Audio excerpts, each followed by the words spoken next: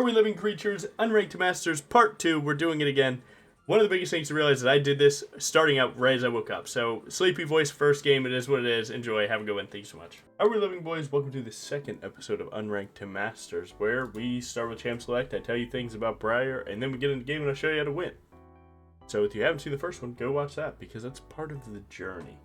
And it's good for you to understand that going from low rank to high rank takes a lot of games, even if you're winning every single one. So if you're not winning every single one, it might take even longer. But right here we have a standard, scaling team comp, right? Aurelion, Sol, and Jinx. Super awesome late game champs. You have Cho'Gath, also scales pretty well. He has a decent early game. Hobby support, very good at utility, stopping them from dashing, which they have 4 of, by the way. They just picked that. You guys are crazy. And then we have enemy team Nidalee. This champion runs you over if she gets away with a lot of high greed plays, like stealing your camps in really random spots and hopping over walls with her W. But if you ever get ahead, you just W towards her, and that's a cannon minion. Pantheon Jacks pretty much act the same, where when they use their, for Pantheon is W and Jax is Q, their gap closers. If I just buffer E at the right time, they go into the wall. Their, mitigation and their damage and their trade is a little bit scuffed, and then we're able to punish with WQ. Yasuo can always be a tough matchup, and Syndra can be a tough matchup, just because when you start running at her with W, that sets up her QE, so sometimes you have to flash to make it work.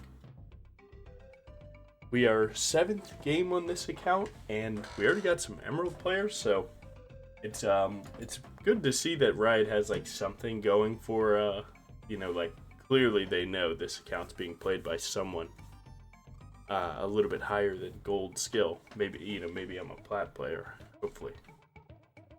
Because you can see I have emeralds already, right? 3 emeralds. What is this? 4, 5, 6? Yeah, 6 plat players, and I'm gold 4 on the dot.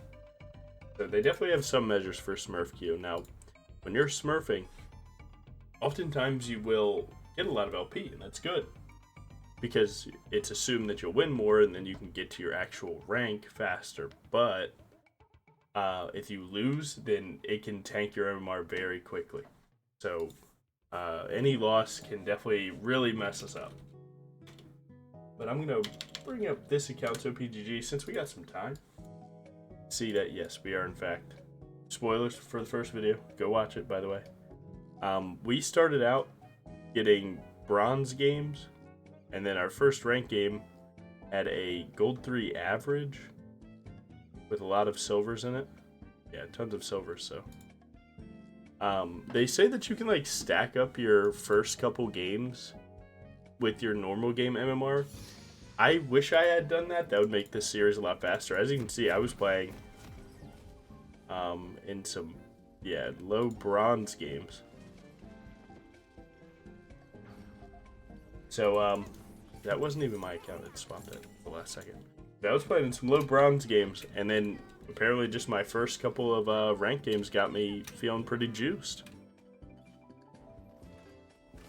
Now again, the problem with stuff like this is a lot of people have deduced that when you start a new account and you do really well at first, and then if you get hard stopped 2 or 3 losses, life can get tough for you. Because it'll slam your LP even harder, your MMR rather. And when that happens, then you just have effectively what your first account was. Let's try and decide what their plan is. So right there, we took the chunk onto Jax. We could have early W2 to bypass his E, but we had to double check the pre-skilled W or Q. I'm going to stand offset here just in case Nid were to come through here, throw a spear into this bush. I would want to simulate the idea that I'm not here while also being here. Seems like she might have left. I'm going to do a raptor start just since I'm here. I went bot side to make sure I didn't lose any camps. And that's it. Generally speaking, I'd like to path to bot lane, but raptor start can effectively be the same thing. Music's a little loud, so we're going to probably have to fix that. You know me, I can't focus if my music's too loud, bro. Raptor camp's looking good. Use my smite. Because your rotation on red buff is 2 iterations of W, and there's no other real time to smite it. So, it's just more efficient to do this way. Use your W ASAP. 1. That way you can get 5 autos. Now again, they do have some very aggressive lanes. So if you find yourself looking around the map, you'll notice that, how do you say it? Like, you'll notice that a lot of times it looks like you could gank, but you actually couldn't. Aggressive laners can really, like, make you think that you have something because you lack the understanding of that's how they look. Some champions look like they want to fight a lot more, and they do want to fight a lot more. But a lot of times they'll use that to waste your own time, because someone like Jax, right, he can just walk up, start auto-Wing your Cho'Gath, and then save his Q to get out. And that can waste a lot of your time if you don't realize it. So it's very good to, you know, just be very, I don't even know what the word is, something emotional. Be very, you know, believe in your understanding that, hey, I'm not going to waste my own time here, I'm going to focus on me, and that's all I'm going to do. Now my Cho'Gath has TP, so I like that. He thinks I should just drop everything and gank him. Now it would make sense for him to recall here, if he could, but doesn't seem like he's going to do that. It also looks like Jax might be taking a recall. As you can see, this guy's also a little low health. It might not have the damage here. This is standard low elo where they just happen to overcook themselves very often. Red buff to slow. Nice. And you can see that just in this game in particular, and in many of that have already passed, I just am not the first one to make a mistake. I just wait for a good situation for me, right? So I take my full clear, and then the situation comes to me, because a lot of these players are going to make mistakes. And when they make those mistakes, I'm just there to punish them. Now, had I walked to that play when Cho'Gath pinged it, skipping my blue buff, that would have been me getting counter-ganked by Nidalee, and it would have been a terrible, terrible day. Now, in low elo, I love to kind of over-communicate. Where, like, you know, my Poppy still died there when they didn't have to. But maybe had I not pinged, Jinx and Poppy might have died. That's kind of how I like to see it, because that makes everything positive. So even in a situation where my Poppy dies, at least my whole bot lane didn't die.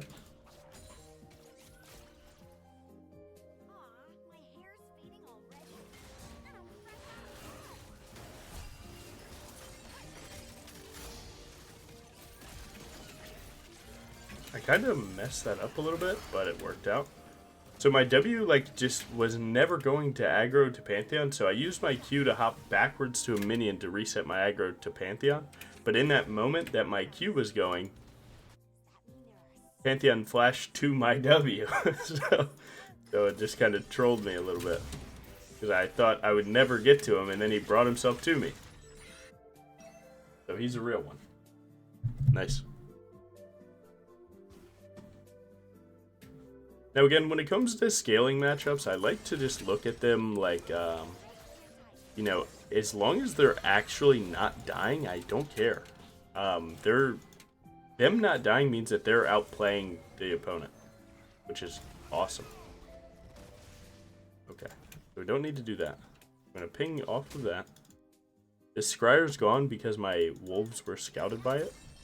Thus meaning that Jax was in here, and that means there could be a ward. So I'm going to sweep my way into this top gank this time. Oh, now it seems like I need to get level 6 ASAP and just shoot ult.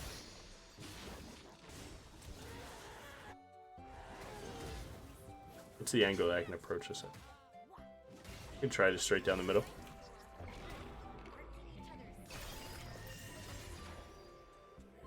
Hey, good hit. Yeah, he was about to let me have it, huh?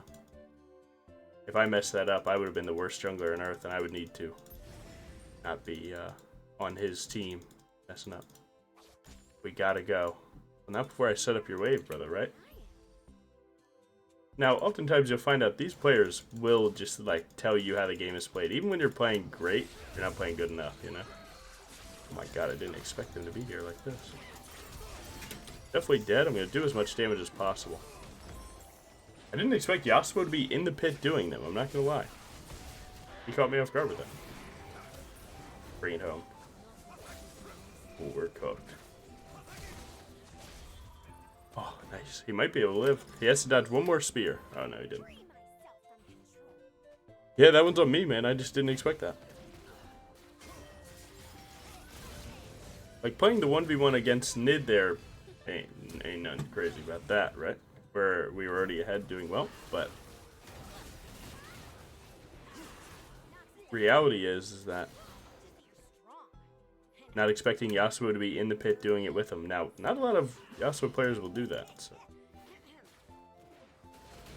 If I had Flash, I could just Flash on Syndra and I'd feel pretty good about this.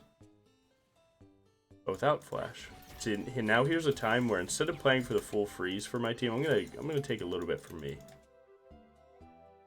Because if I don't take anything from me,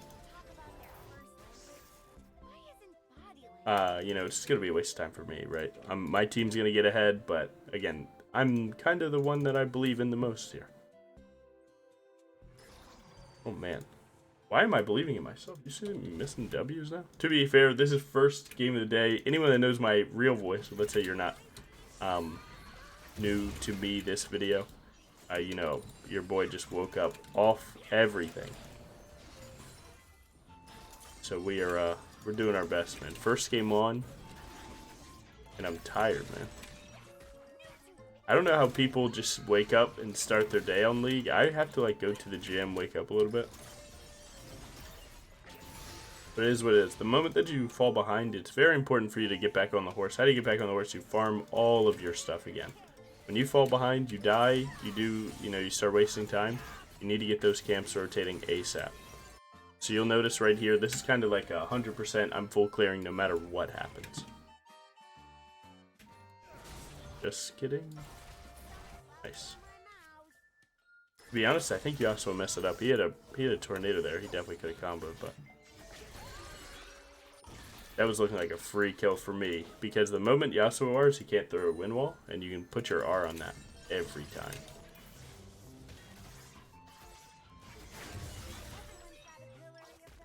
Again, we're still the scaling team, so it's no big deal.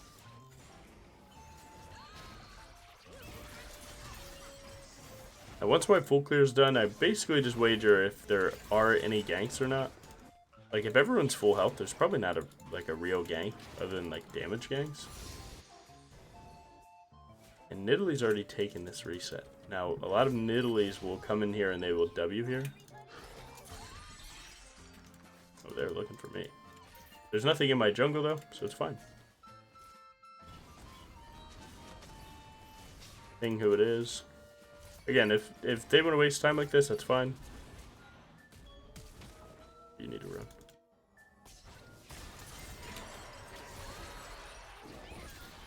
We still don't know where Yasuo is. This guy will never hit that. I'm going to be honest.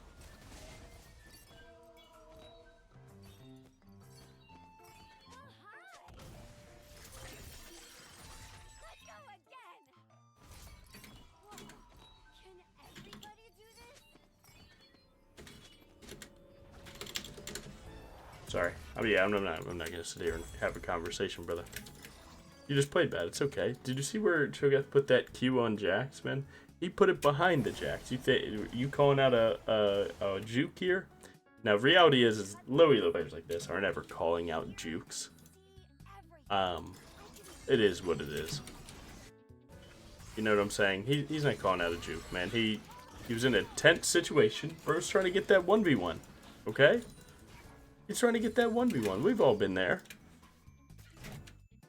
The deep breathing starts hitting, man. He was trying his best.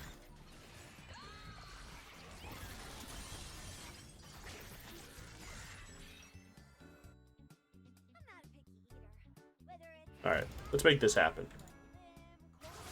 See if I can get my Aurelion Soul playing the game a little bit here. Alright, I found someone I can play for. That's good. The whole time I've been pathing to Cho'Gath, because that's just how my camps have landed. But as you can see, I think we found the real people to be playing for here. Might be bot and mid. I'm going to try and flip my camps like that.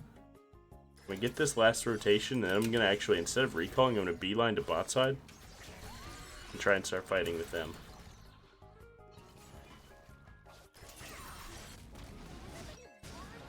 See this here, I can definitely make it. He needs to be able to live, though.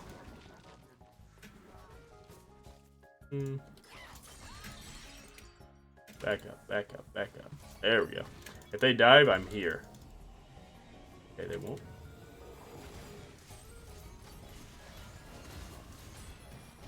Scouting my angle here? Okay, we're fine.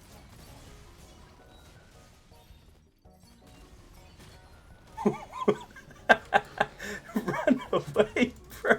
What is going on? Hey, yo, what is going on, man? Those are the players that say we lose, by the way. If you ever find yourself being the one to type GG, we lose, always check what it's done to your head.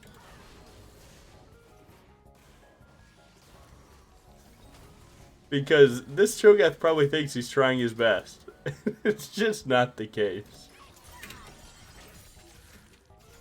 That was demon mode right there. Now I just need to find a time to play for my bot and mid, man. I'm gonna let it come organically. I'm not going to overforce for it, because that's when I'm gonna die myself. Again, in low elo, a lot of players struggle with farming. So because of that, we're just gonna wait till the opportunity comes to me.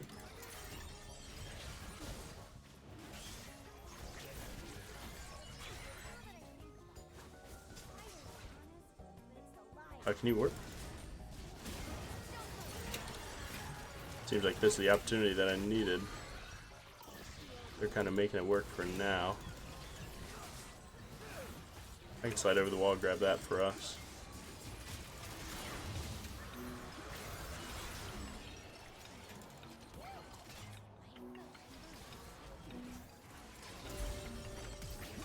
He didn't expect that one, did he?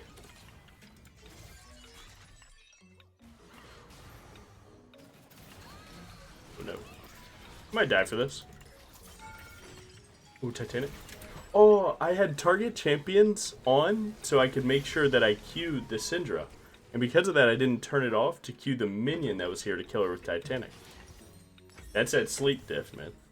That was a really good team fight for us.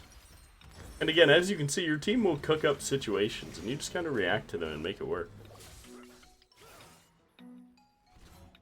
That was good.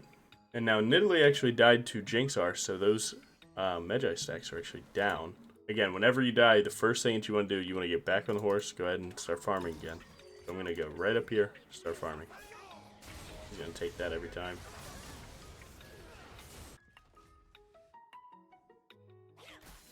A lot of times you'll find in low elo, a lot of players like to be funny and emote spam and joke around. Higher elo players do it more so when they know you can't kill them, right? They know they can outplay it. Lower elo players do it to simulate that, to have some false sense of understanding. And you usually don't want to waste your time like that.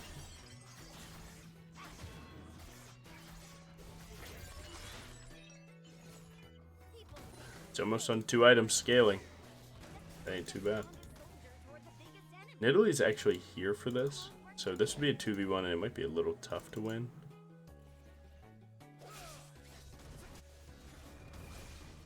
But if they step up to the turret, I'd be happy to try. Come on, man.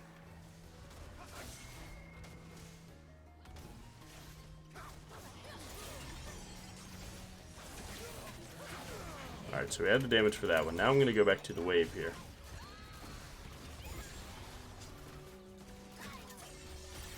Now they're probably on Rift Herald. Their bot lane is bot.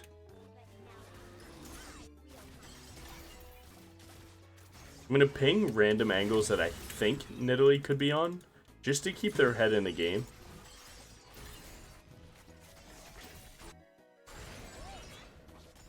It just, throws a line out there like, hey, you know, we could stay locked because she could be this, you know? Now that crab's probably up, but I don't want to get zoned by Pantheon and Syndra.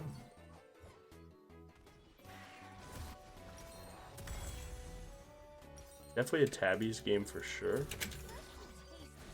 They have AD, AD, and AD. And then their AP users don't actually get a lot of value for Mercs. So we definitely have to give that up. We shouldn't be letting mid turret fall. But again, that ward seems like it's big on his radar. If I can get one more good team fight going, I can probably carry this game. They're winning the neutral objective game kind of hard, but again, all you need to do is send them. You just need to mess them up one time. And some teams can just immediately falter. You've seen teams like that where you guys were winning, and then you guys lost one team fight and everything just split apart, right? And that's exactly what we're hoping enemy team is.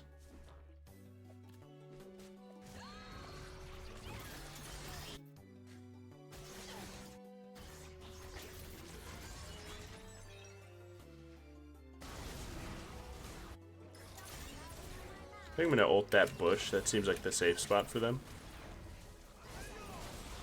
Close. Aurelion Soul seems like one of the... So there's a lot of personalities in lower elos, and the more that you understand them, the more you can actually use that to your advantage. He seems like those low elo players that like to play scaling, and they like to play scaling so that they can always say that they can win, which is good. But also, they don't really proactively try and stop enemy team from snowballing. They just fall back on the, well, we scale. So instead of him just running away there, he completely could have. He just, you know what, I'm going to try my best, and that's it, because I scale. So now using that information, I can, you know, deduce, like, hey, you know, there'll be a lot of times where I now have to over-rotate to make it work for this guy.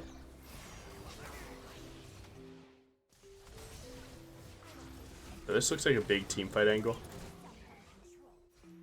If we can get this, that'd be really good. What are you doing, man? My Poppy seems like he is on a... He's playing a different game right now. Bro might be zooted, if you will. He's just like always in a random spot. You can't even tell what he's doing.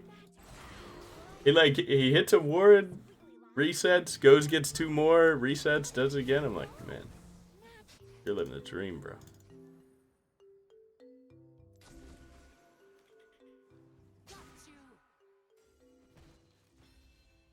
See, I think there was a trap in there that Jinx hit, so she had an idea that we'd be.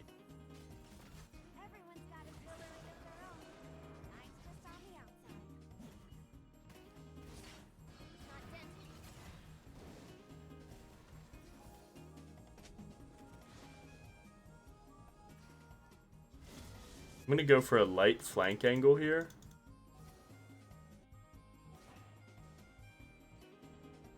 Joe can TP to this. I'm gonna be very patient here.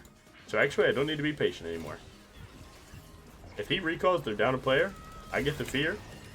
Play for the one tap to reset my cooldowns. If this guy wants to do anything, I will definitely find my cooldowns.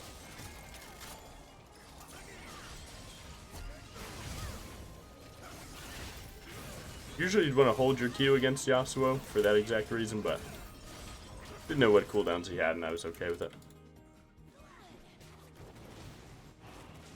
Now, as long as we don't lose any other turrets for that, this is good. Another solid team fight for us.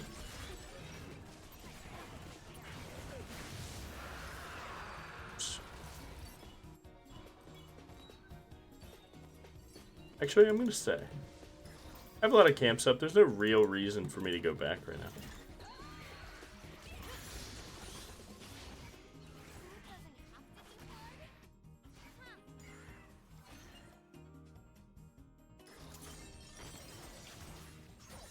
Now again, as you can see, right, me just having a standard game plan of get my farm and wait for opportunities, don't overforce, that has really been the difference here.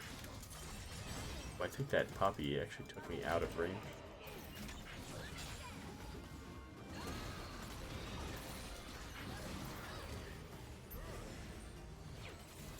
Now, right there, we just happened to find an opportunity, right? I stayed to farm. As I'm farming, I see a free kill because I have my Poppy there.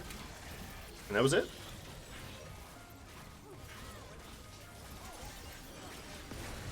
Well, that one was scary.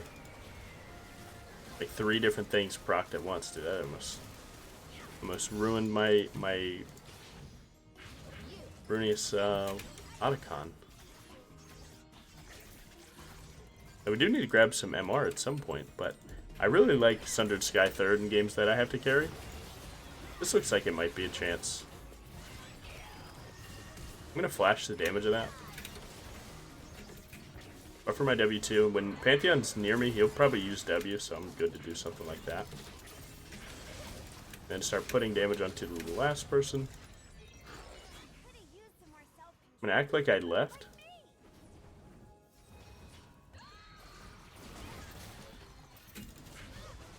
Oh, close. I could have W'd for damage. I didn't expect my team to not be walking, but we can hard win this. It's 4v3 here. I was pretty much just greeting Sundered Sky there, but with this death timer, I get it anyway, so that's good.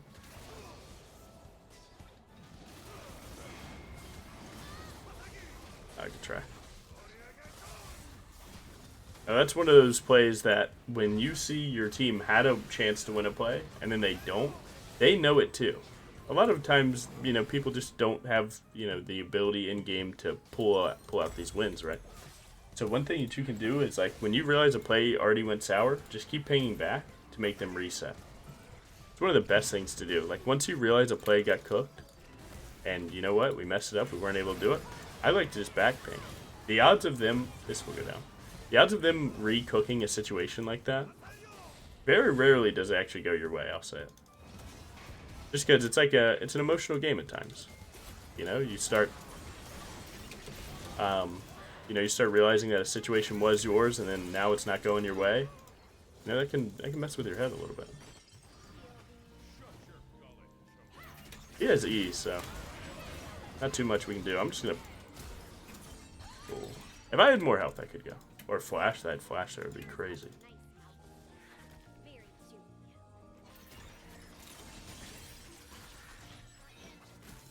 Now, whenever enemy jungler's dead, if you can get their camps, trust me, that's what you want to do. If you can W over walls, right? Because that's 2 times the gold, man. 2 times the gold. Oh, Aurelion Soul seems like he overcooked there. Just a little bit.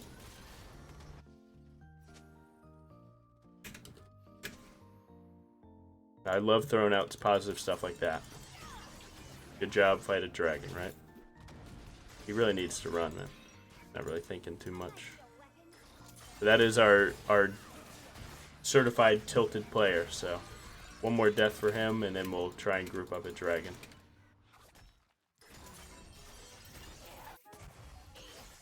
Oh yeah, he's movement speed Cho'Gath, so he can kind of cook. As long as he knows to. He definitely can. But again, utilizing pings is what you're going to see me do a lot in these videos. Because a lot of times, like, people realize a play's over, but they keep trying because they don't want to be the one to lose and get flamed because they left the play, right? So if you reassure them, hey man, I think that play's bad too, they might just take it. Oh, you can't do that, bro. Not do that.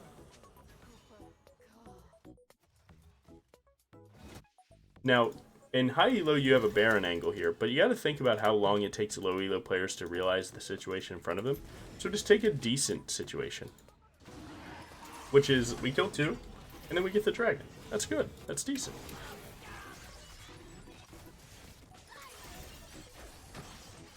Losing a little bit of on the macro side, they're playing more split push. We're playing more team fight, so we are very susceptible to split push annoying us, but generally speaking, again, we're the scaling comp. We like situations like this. Like, when we're able to run around and just team fight, we'll just start doing that. And that's it. And as you can see, consistent farming, right? The key. Now I'm up 3 levels no matter what. He's almost on 3 items. I'm on 3 items going to 4. So, most of it just, like, we have similar KDs, right? But the experience from the camps is just I mean, it's a lot, man. Because each level, people say, is between 400 and 500 gold. Okay, well, that means even if we were even items, I'm still up 1,000. Now, I know I can beat this, we need to run. I know I can beat this Jackson 1v1, but me being the one to face him is bad because my team needs me, right? So I'm going to get rid of the split push here. My boy does not have flash, so he's probably cooked. I try and reduce the amount of time that I'm doing one thing because it tilts low elo players to do one thing for a little while.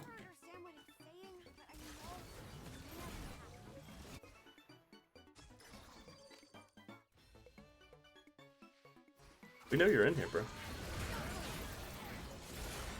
And now that was just really good scouting on my end. Again, looking at your mini map is the key.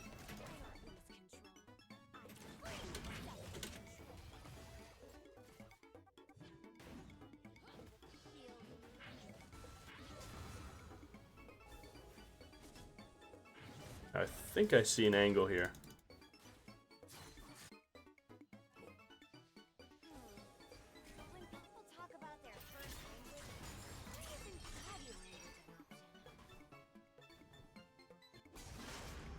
My boys really... They're scaring me. They're not very good at walking backwards.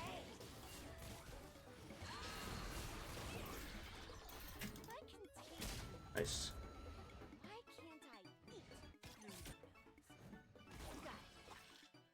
We can check their vision here. Again, I would like to play for this, but reality is that they're about to start split pushing, and my bot side's in jeopardy. So unless we start it right now and get something good out of this, it won't be that good for us. So this is the throw. So I'm gonna try and facilitate us turning around to fight. Poppy pinged her ultimate, meaning that she just wants to hit Nidalee out of it.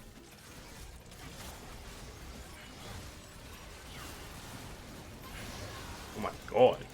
That was 4,000 crazy damage. Huge fear out of me, by the way. Try not line up with my team, so if skill shots come flying in, they don't get double the value. I don't think. Oh, maybe? I don't think he's getting away, though.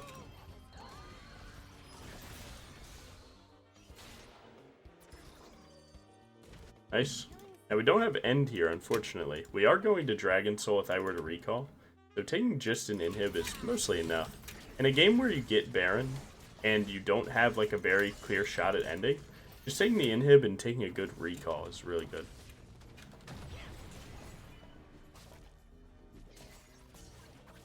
I'm not going to use my Q either. Nice. And he's already recalling. That's really smart of him. Good job.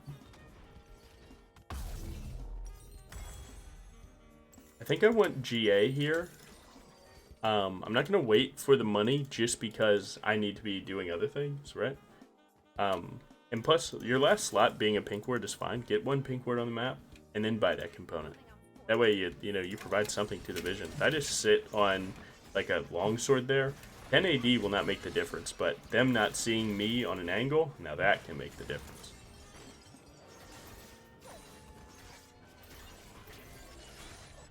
Oh, it seems like everyone take my camps time hit, huh?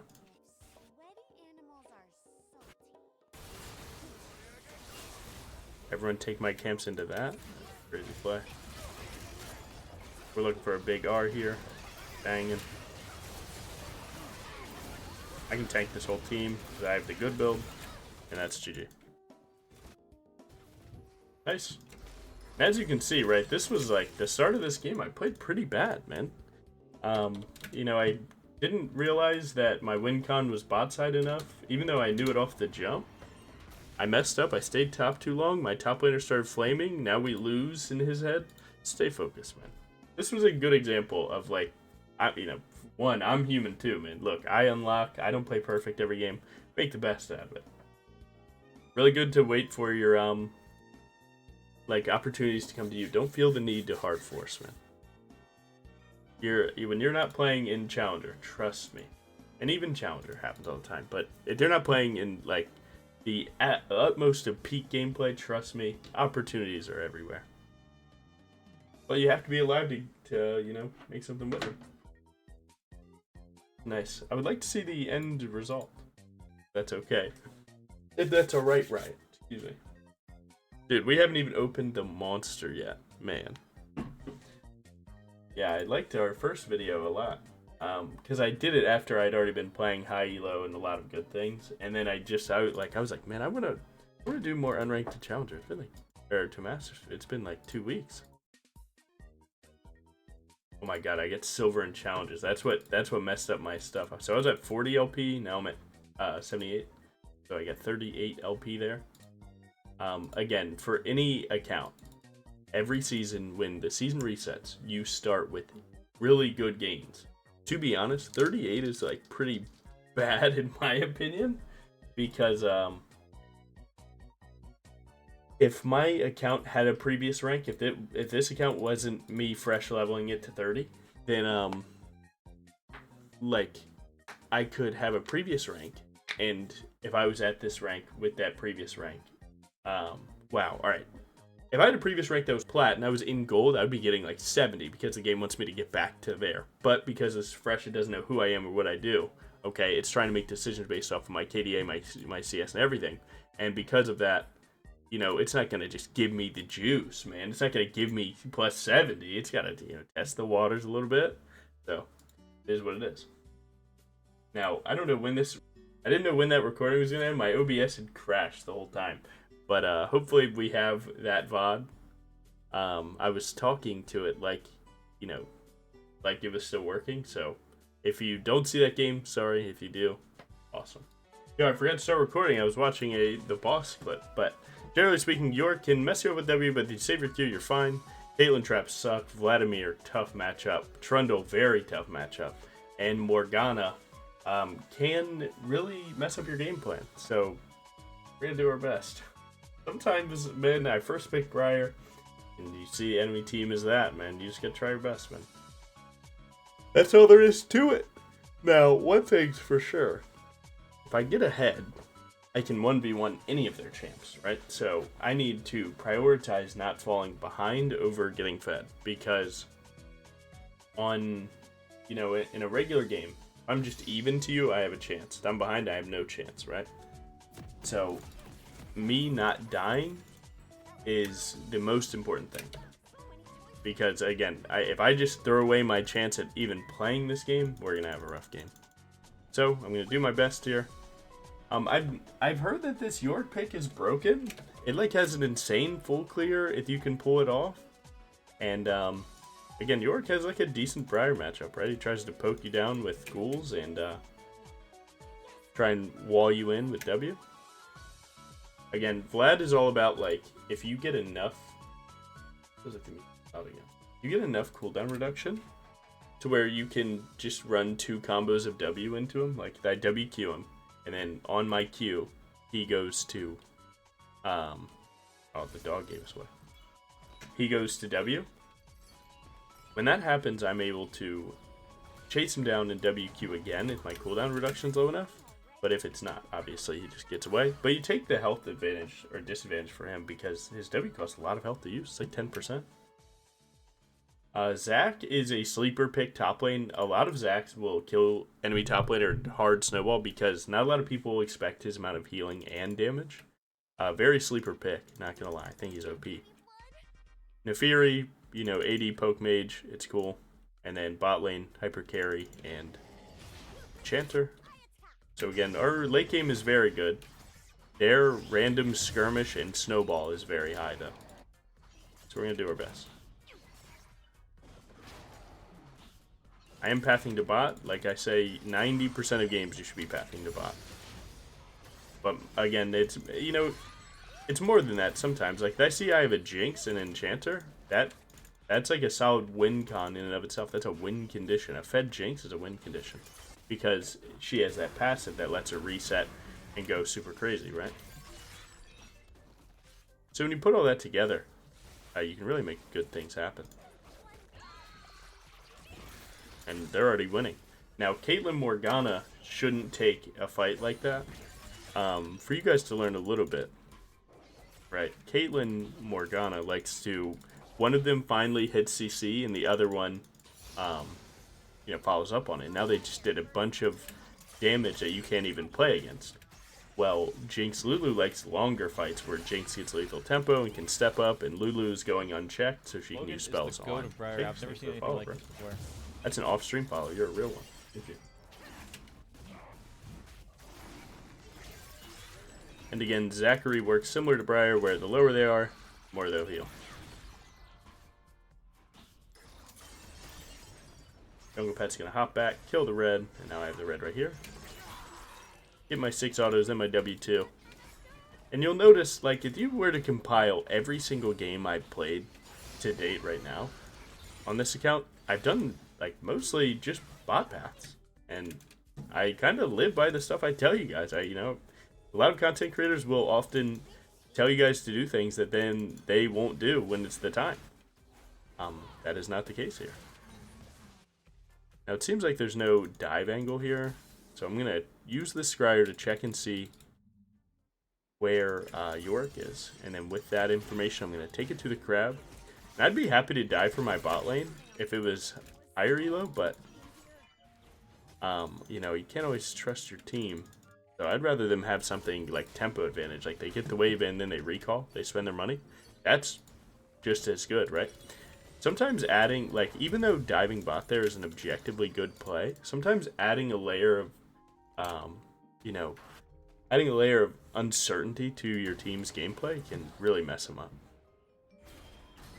For example, if they were pinging, wow, if they were pinging for that dive, I would be happy to do it because that means that they're ready to go and they can bring it home, right?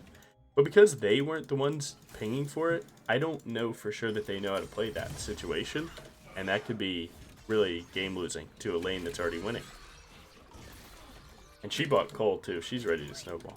This is good. Ready to scale. And when you're winning with Cole, man, life is pretty good. Now I've already decided that my bot lane is 100% my win con. So I really want to be around there every second that I can be. But I actually see my top laner is getting frozen on. So I'm going to walk over here just to help him out. He's probably like, thank God. See it? That's what you get, man. When you pay attention to the game, you can get a lot out of it. Especially, I've played top lane before. I know how it feels to be having a Trundle freeze on you. And having a Trundle freeze on you at his turret, and he keeps checking you, and you don't know if you can recall or not because you have Ignite. Trust me, bro. I know how it feels. I've been there, man. A little bit of understanding goes a really long way.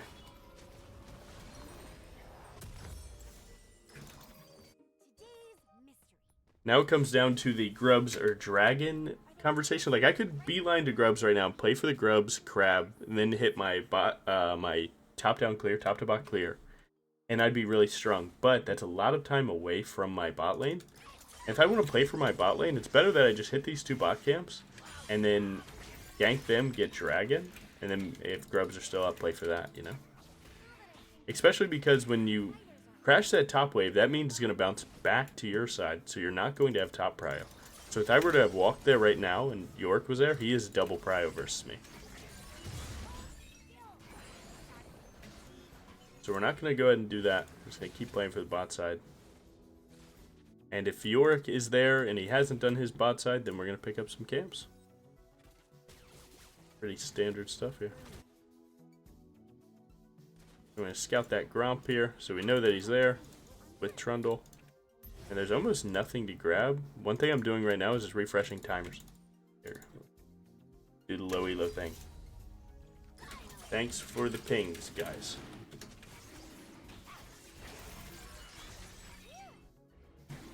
Sometimes I like to run a little experiment there where if I see someone over pinging like that, I will add to them without, you know, just by alt clicking without showing that it's me doing it.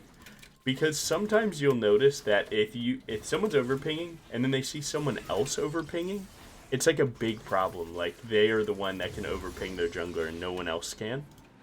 And so with that, you can kind of like make them feel bad, and maybe they won't do it in in the next play, you know? Now, if he were to pivot back, I would go to punish him. Again, when Vlad uses W, 20 seconds to punish that. 20 seconds. So, like, I'll show up in your lane, let my laner get a good trade.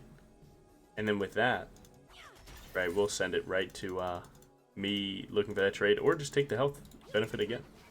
Now, he didn't contest my top side. He took the grubs to the crab.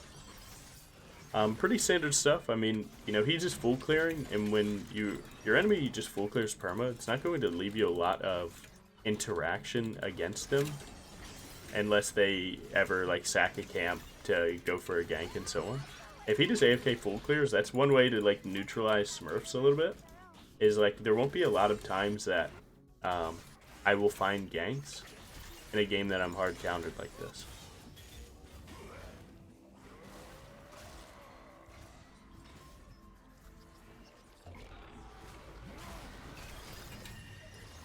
We need him to ignite, that's for sure.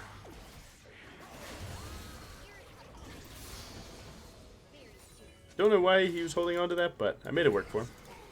So good. He should definitely use that earlier and he wouldn't have to die or anything, but... Now Yorick's actually counter jungling me a little bit. Why I look for that top gank, that's a really good invade. You can see their whole team's kind of collapsing on this play, and they're actually going to see me on these minions, so... we really need everyone if we could. Dang, he got 2 camps there. Solid invade. Now, I was able to put their Trundle more out of the game, which is good. But a solid invade.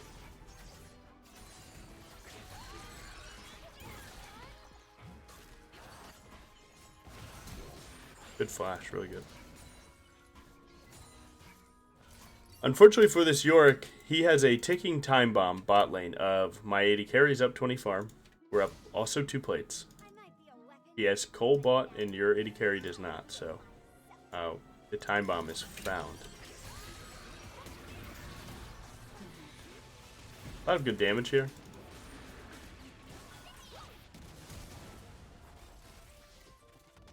Now if Yorick isn't here, we get this. It'll be good. I haven't tanked turret yet, so I'm kind of chilling.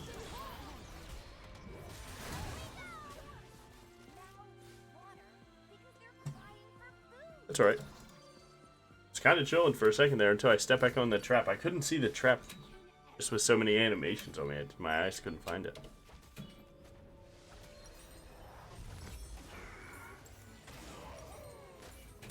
Now, one thing's for sure is that you almost always have 550 gold on the recall, so I actually like to pick up another longsword just to give me more stats for this fight.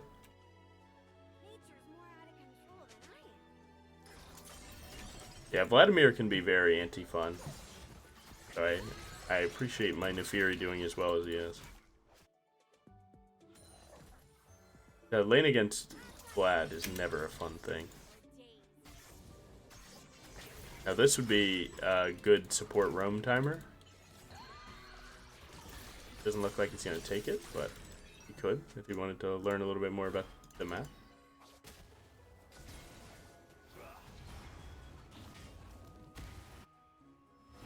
We hard win this situation. I'm going to be pretty patient with it. Oh man. I'm going to try and bait him with this engage here. And then I'm probably dead, so I'm going to look to just try and get this too. Oh, I didn't get my smite off. Good try. Oh, he might be dead. That red buff's going to start ticking. It's okay. We win through bot. Let's win. Dragon in 30. See again. Look at that negativity. Why are we fighting that? Well, guys, they definitely shouldn't be able to win that. If we could slide in and use our spells, that could be pretty good. But unfortunately, we just happen to not. Okay. But again, that's a lot of you guys that are watching this. You guys would probably type something negative. Sorry, team. Thought we could win. You deserve a reply. We win through bot. Yes. He feels so entitled to a reply to his thing. It's like, hey man, if that play was so terrible, right? Well, like, what could we have done differently? I don't know. Did you hit every spell? Start there, and then we'll figure it out. Good catch. Get to throw them out of there. I mean, this York's actually dead. We get some Jinx autos on him. I like what I'm seeing. Ah, I hate what I'm seeing.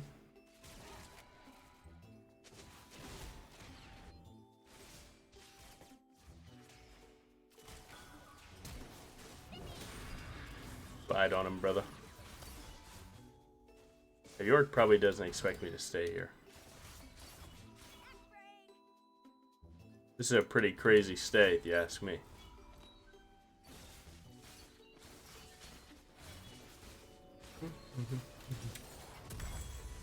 Now, one of the main reasons that we couldn't fight that one right there in particular was because I bought that extra longsword, didn't get 550 on the next recall, so it wasn't on Titanic. And when you're not on Titanic, him having Strikebreaker will obviously mess you up.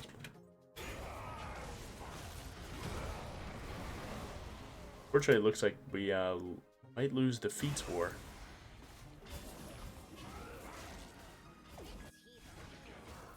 Might be able to save him. This is a close one, though, for sure. Okay. Woo! Saved him. Now, my Trundle, or enemy team's Trundle, is hard winning top lane. He's been ganked 3 times, and he's hard winning. So, that is not where you want to be at all, right? And sometimes, no matter how much help you give a laner, they're still going to lose, man. Sometimes, I mean, you know, the disparity in low ranks can be insane. You don't know what mental block is messing him up, but you know, maybe this Zac has a mental block against Trundle. Despite he's playing like completely playable champ, he's fully lost to turret. Our mid's losing too, and that's probably because they walked to Groves that one time, right?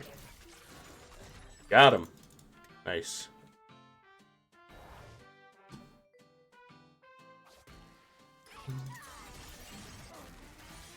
So again, we have another rough game here.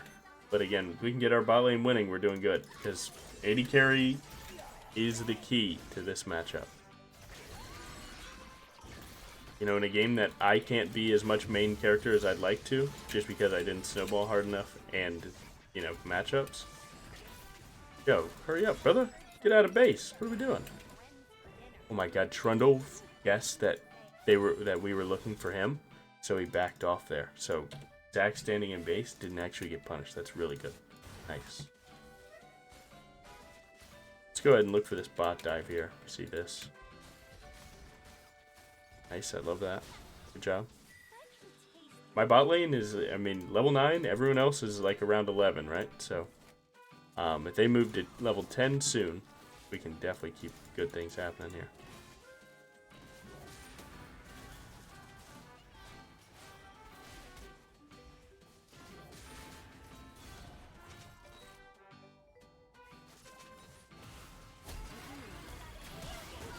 Catch that.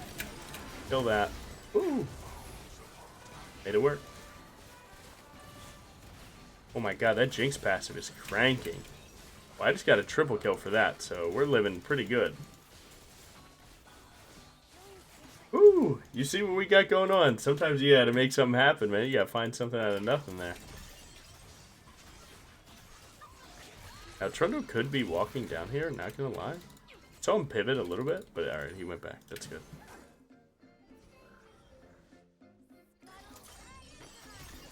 Now, if bot swaps to mid, and then we're able to play for Rift Herald, that could be really good. Because, again, they don't have feats just yet, but they're on their way. We need Zac to stop leaving Trundle, because, again, Trundle is the tower killer, man. That guy does not mess around about killing turrets. That's another 700 gold this guy's gotten, so he's really, really, really strong.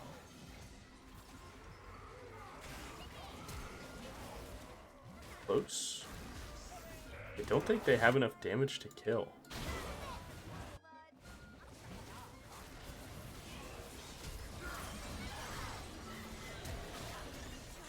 Fortunately, I'm playing Briar, so I gotta see this one through just a little bit. I think I'm gonna make sure this guy dies since they're on our side of the map. That's okay, Lulu, you'll be fine. Trust me, bro, you'll be fine. Oh, I can make this work. 0-3, by the way. Well, he's taking 2 turrets, brother.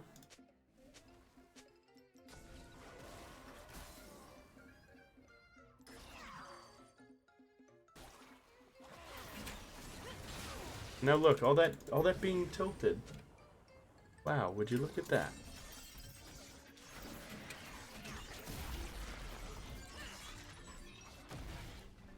There is one thing about low elo is like no one wants to see you do bad in low elo more than your team.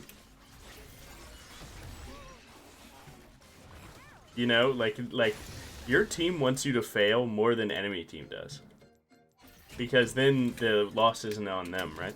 You just gotta stay focused, man. Whatever you decide, learn from it, keep pushing, make the best out of it. So when I decided to go to York there, right? You probably heard me say it. I was doing that because I saw them on my side of the map, thus reinforcing the idea that I think I can catch them after I catch this guy. And I don't regret that. We were able to catch the Trundle. Now this game is definitely a stair game with the amount of CC that like we have to deal with, being Morg, Q, and Kate Trap. Those are the main things I want to get rid of. Because everyone else, at least I'm hitting them, you know? My top laners are yapping today.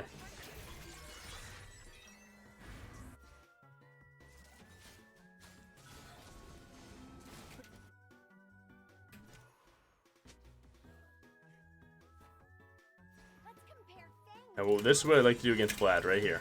Right? Take the chunk. Okay, get baited in. This is all part of the plan. Okay, my bad. I was too busy trying to teach what to do against Vlad. So I like to WQ him like that in a situation where his team's not there. Get his W. And then once we get that W, we are able to punish him by just staying on top of him.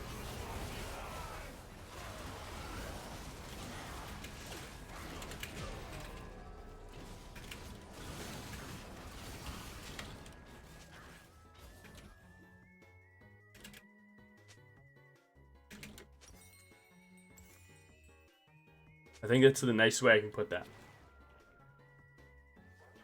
I never understand players like this. Right?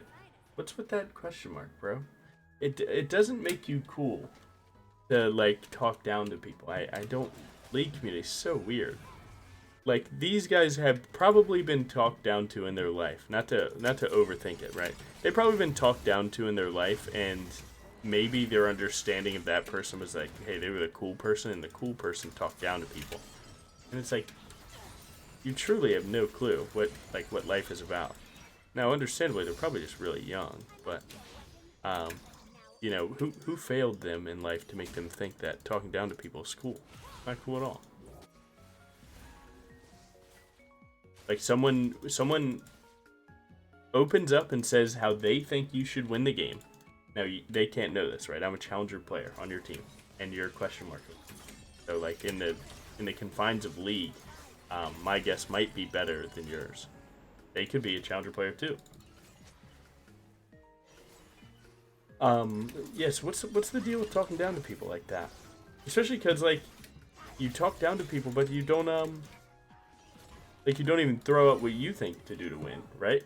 It's just someone else that thinks it.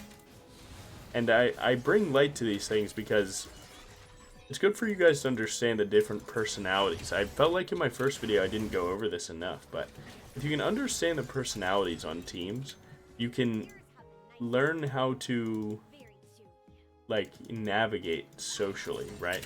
You'll stop caring as much about the things that they say because you understand the person that's saying them. And that stuff can go a very long way.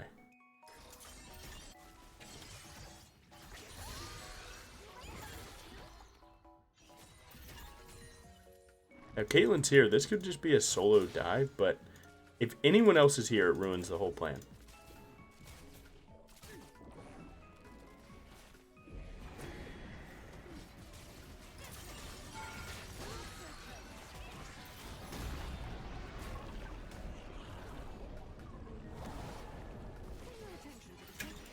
He's never seen that before. Sorry, bro. Nice. Now again, the more we can just team-wide address Trundle is a good thing. Let's go ahead and slide on over there. See what we can do. Oh, he found the damage. Nice. Really good. Huge. What were the principles of strength again? Look the enemy in the eyes, hit them before they hit you, and be the last one standing? I hope Lulu doesn't hit me with the question marks, bro. That would just break me down here.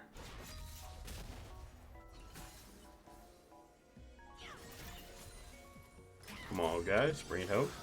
We're on 3 items on Jinx almost, so we're approaching light speed here.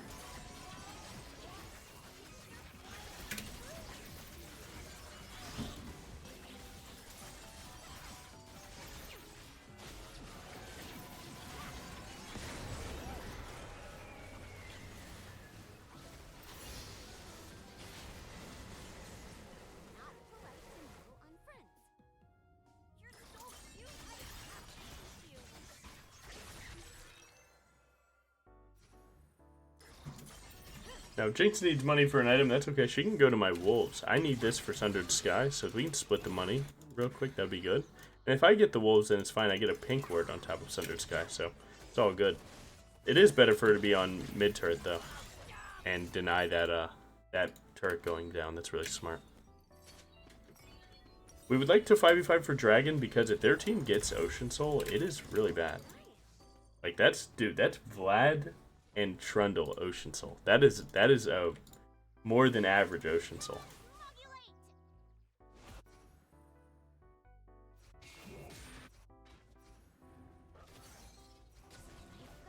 Now again, it's pretty simple as Zach, what your idea here is. So like no one's split pushing and you can get the wave going. Then you find your timer to start walking around the map. So for example, he could be here and we can make something work. So it would benefit us to wait for him. And again, it's all about counting players, right? Big fear going out. We play for damage because I'm not too worried about dying here. Now, we don't want to actually look for both objectives because Trundle has TP. And if that wave top goes in, yeah, we would be in for it, right? Let's get that kill. We got exhausted, that's fine. Try and get out of here. So again, if Trundle TPs to our base, we need to have an answer to that. Now, Baron buff can help that, but we're not getting Baron and 2 Baron in 15 seconds, so don't try and overforce your plays here.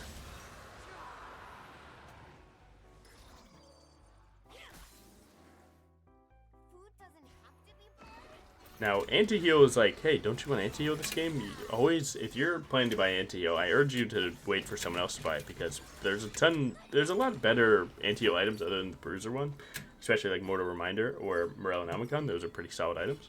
But because she adds it, whoever I'm hitting, Jinx will also be hitting. So with that in mind, everyone that I hit will also have anti-heal on them. So keep being in the fights, keep being strong, and get it go. So now we're going to get that tenacity we were talking about. I saw a snowball angle on Sundered Sky, so I took it. Of course, if you wanted to be, address the problems that could come, and obviously hit a little Sterix third here. But I'm not too worried about it, excuse me.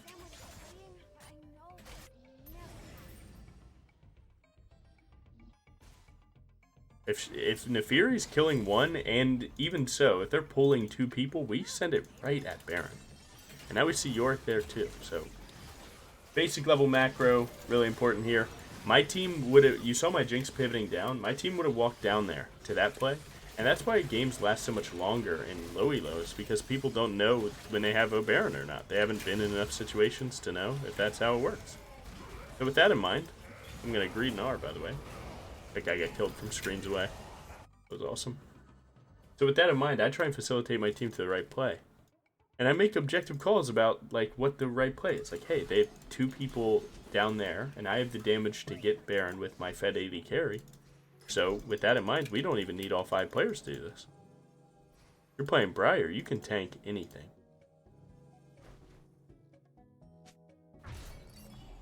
Nice. Now, I always like to recall with my team. That way, we're all strong at the same time.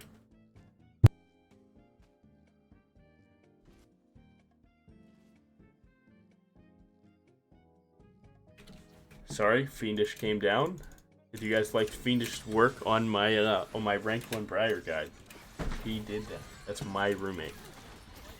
He asked me for $20 for that. I'm like, dude, that's a 20-minute video that you put over like 5 days of editing into. You think your time's worth $20? You're worth way more than that, bro. Now again, when you have, like, you got to think about this game, right? Enemy team's going to overuse spells to kill my Jinx and Lulu. So I don't need to really start fights unless I know they're free. I just need to keep them from dying. Alright, so right here they have 3 tops, so I see a free win. Get the fear. Get the damage. This is where that tenacity we've talked about could have been pretty good, yeah? Seems like we're doing a little over chase. That's alright. I can stay on the objectives. Objectives are how you win the game, right? So that's my focus. Now, there's a lot of people that are like, hey, you know, hey, Logan, unranked to Masters content sucks because there's people in this game that you're hurting. You know, enemy team has to play against you. And I get that argument, but the idea is that, like, if 8,000 people saw my first video and I only hurt 30 enemies, implying all of those enemies were genuine new players, which in a game like League is just not realistic to think anymore. It's, you know, it's a free game. People like to smurf. I helped 8,000 people. Let's say even half of them learned something, right? 4,000 just watched. That means 4,000 people learned something and 30 were hurt. And hurt was provided in-game situations that they could benefit from. Yeah, the numbers are just too good. Alright, so he used W, right? So that's my target.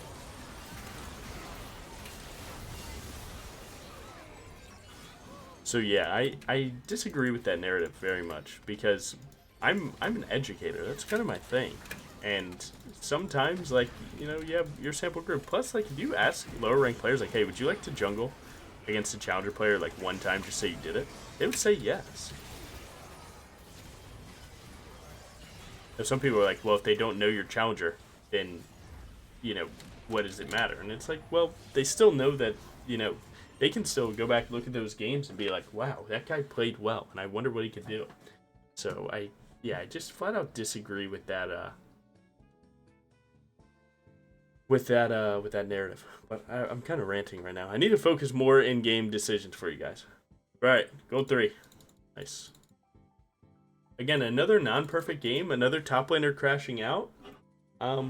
Just make it work, man. Just make it work. Oh, someone typed something. Let's see. Aw, that's mean. I wonder what this guy has to say. What's up, bro? What's going on, man?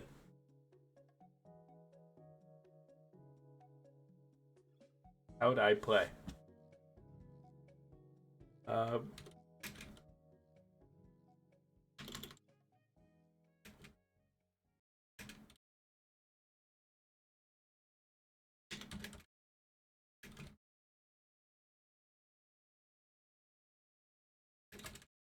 try and help him out.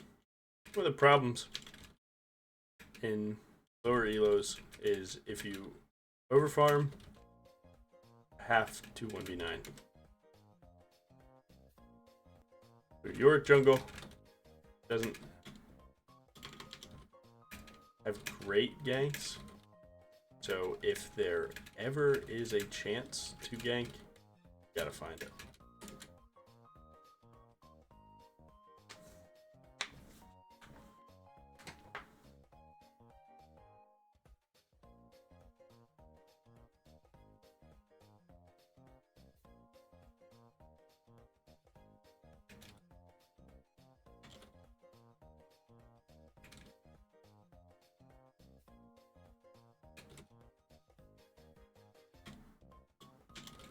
This person probably doesn't know it's me.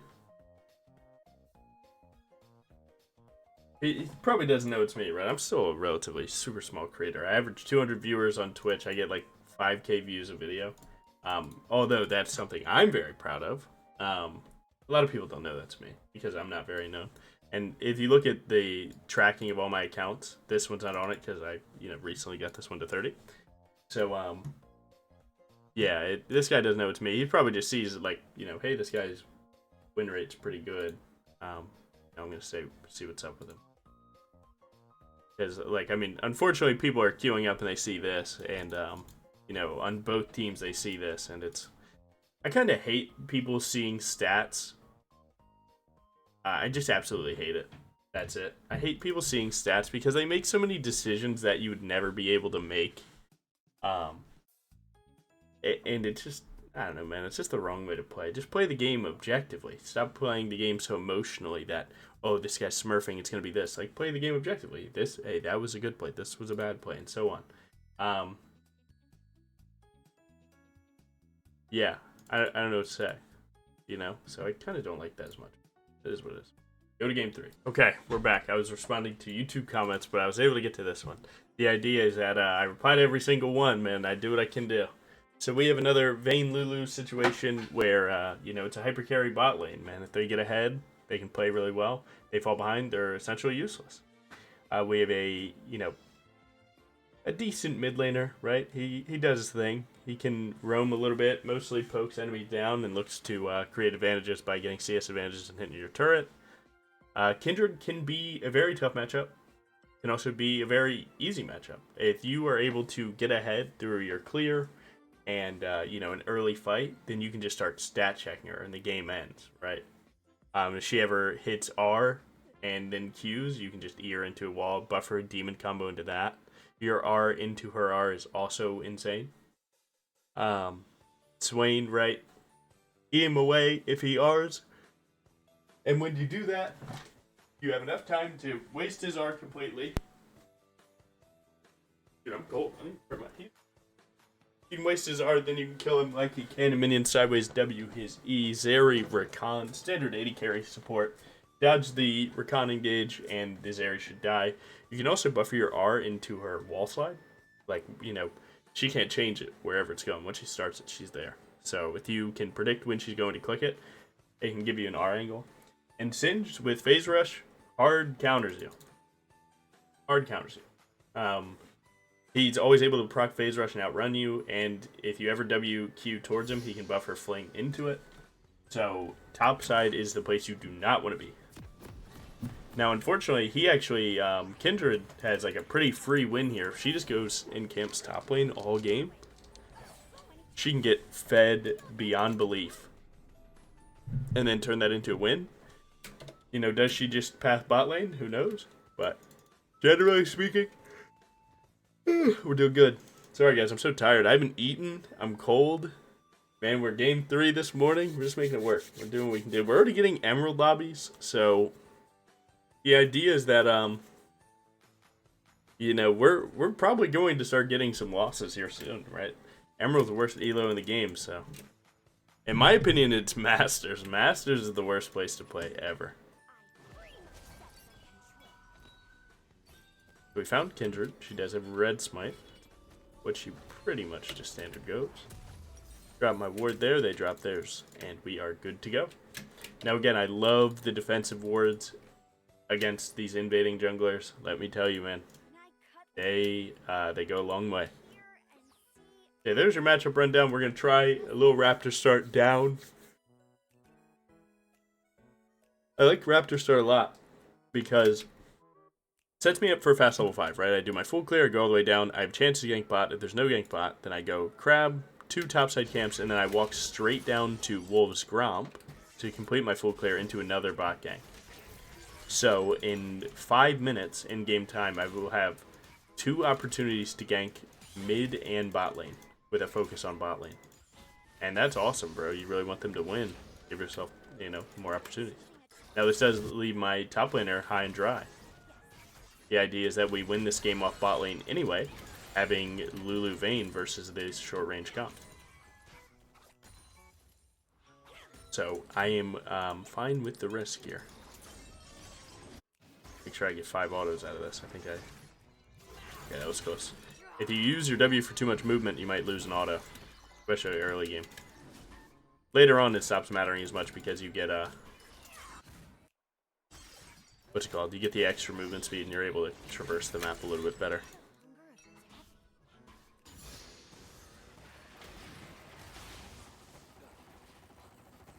Oh, my Corky played that well. He didn't turn around to run away either. He just used stop command. That's really smart.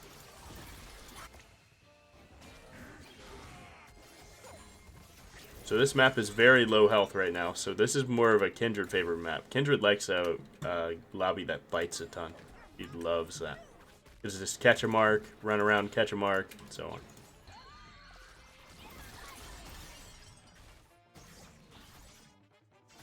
Do our good clear here. We're just pretty much staring at our mini-map here, just making sure that we don't mess up. Our clear while just keeping an eye on our lanes, trying to predict where she's going. So since my mid laner took a recall, he is not subject to a gank anymore because he's up item and health advantage now. Now Swain's also doing the same thing here in a second. Oop, and we found their jungler. He is level, he's level 3 since he already did 5 camps. We're going to try and buffer E here.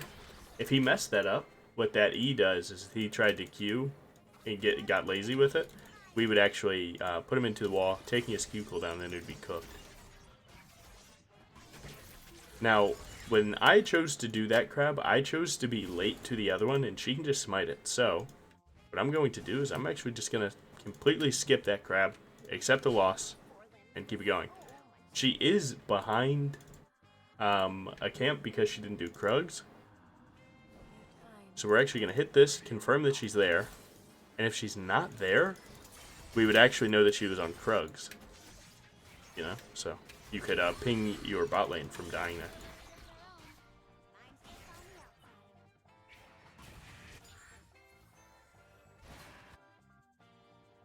Now we are up a fair amount in jungle now.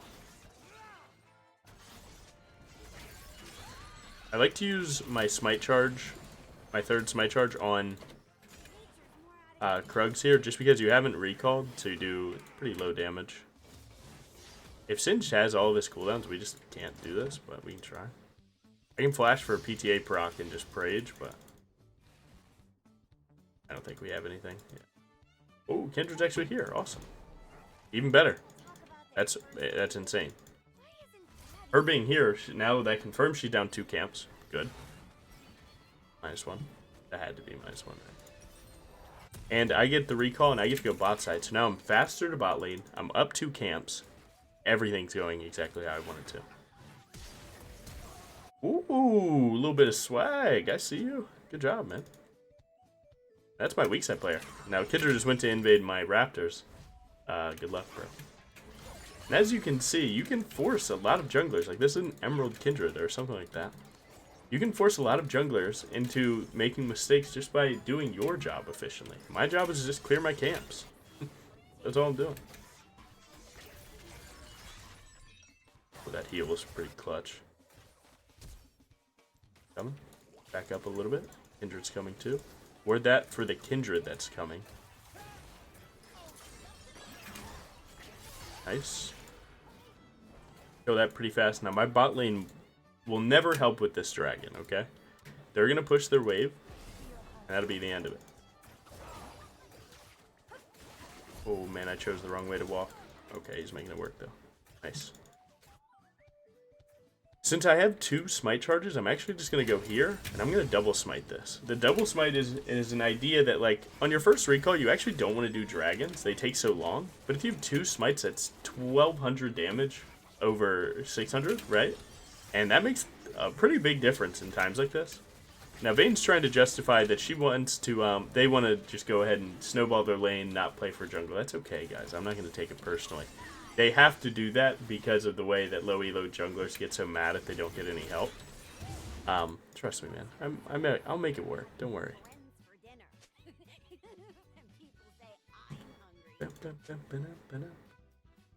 See, now they're, you know, I try not to overthink it, but like I've done this before, right? You know when you're playing with your friend, you know, right? And you like go to talk to them like you aren't in call with them. It's always really funny. So they could be doing that. Oh, Aatrox, I'm so sorry, bro. Why is she still top? She just died bot, bro. guy bot.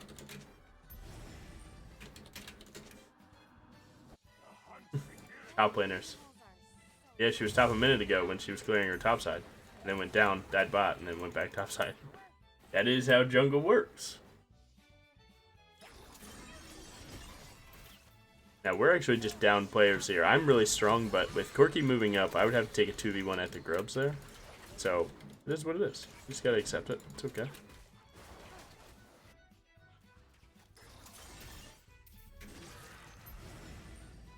We're a bit late. I can go for a super greedy R. This is pretty bad, though. Thank God. Never punished. Good smite, Logan. Thank you, Logan. And as you can see, this game easily devolves into enemy Kindred can't find anything to do because we haven't just left them any opportunities, right? We haven't given them opportunities. You will notice, I'm telling you, you will notice that you get so many more opportunities when you don't just give opportunities out, right? So if I left myself open to get invaded or, you know, took some bad ganks that I didn't know would work, that would mess me up because they're not that good at plays, on top of the fact that we give Kindred more opportunities. Meanwhile, I just play a give zero opportunities play style, right?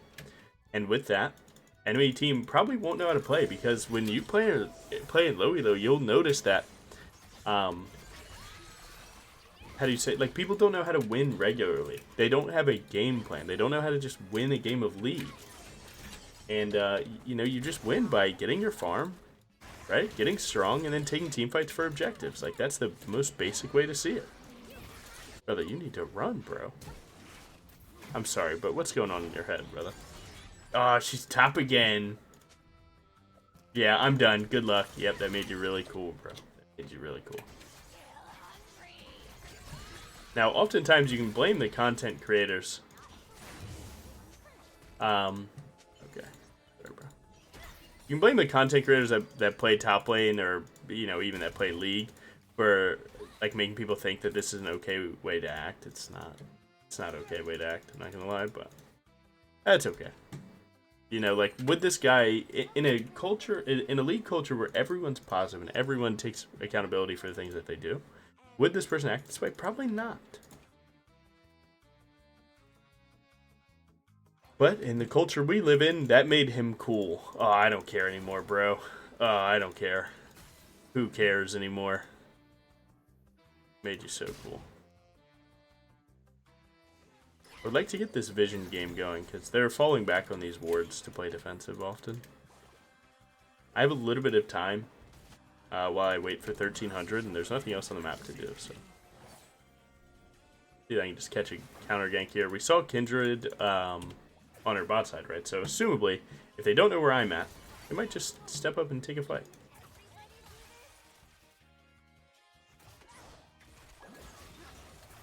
Oh, look, I'm letting them cook.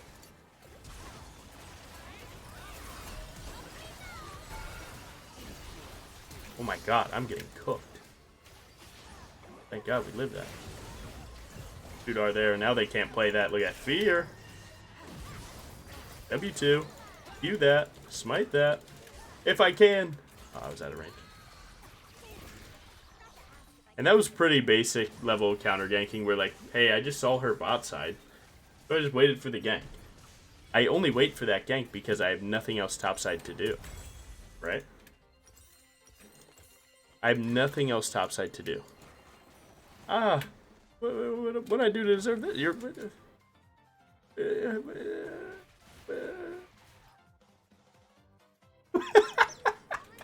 What is wrong with you, bro? That was not very smart. I'm on map for those raptors. I just killed Kindred, so we know she's not there. So under the guise of, oh, I was stopping you from getting the mark. You weren't, though. I was stopping you from getting the mark. You forced yourself onto those, and you let a mid-wave push towards them. Everything about that play was incorrect. That's okay. That's okay. Again, man, why get mad about it? It's funny, man. It's funny. He like tried to I don't know, man. I don't even know what's going on. Was he, like, incredibly just flat out wrong and thought he was doing the right thing? In which, like, he probably learned something from the pings, bringing attention to the fact that there's a mid-wave dying, so if you needed money, that didn't make sense. And I'm on top side, so if you're doing that to deny the camp, that's my job. So, or that's mostly my job. Like, 55% is my job, and then 45% spread out through my team. So, every bit of that was just flat out wrong. But that's okay, man. Stuff happens. Every time I play top lane, bro. Every time. Are you hitting? Okay. Make sure he's not on the dragon taking too much damage. I don't want that for him.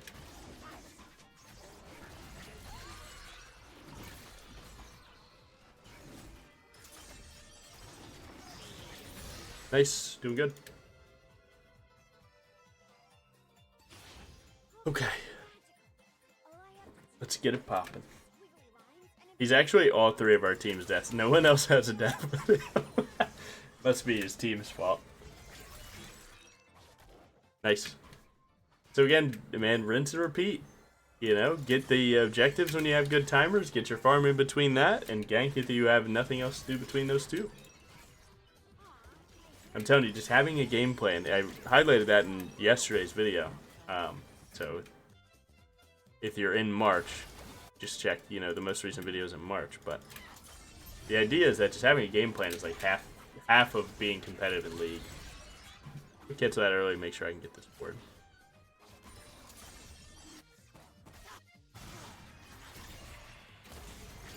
Swain counters Briar, as you can see.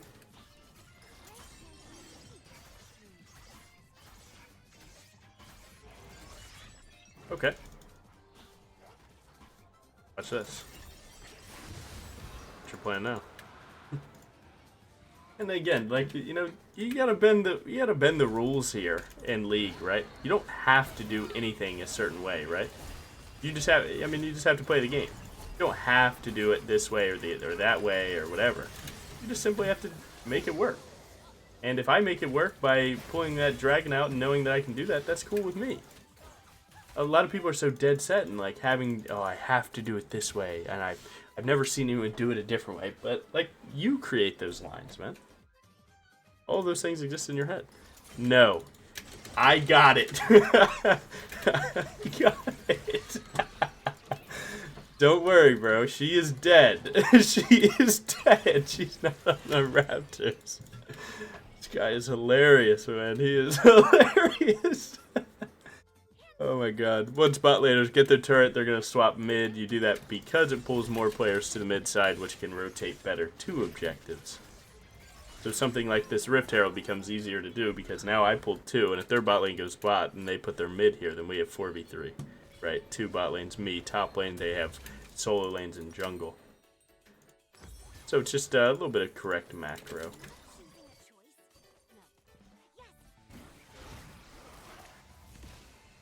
Every time there's 10 top, man. It's like, what's with this Singe? Every time he gives me a fight, it's when he has a teammate. Did you who just auto that? Did Singe just auto that? You're the GOAT, bro.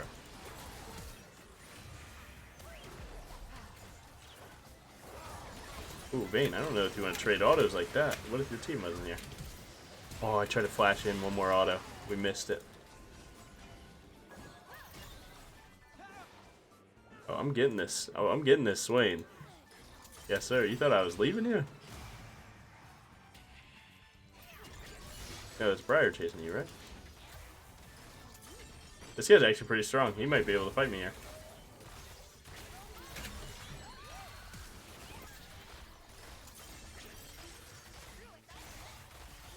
Close fight. If I didn't W2 as early, that wouldn't have been as close, but that's my misplay. My bad.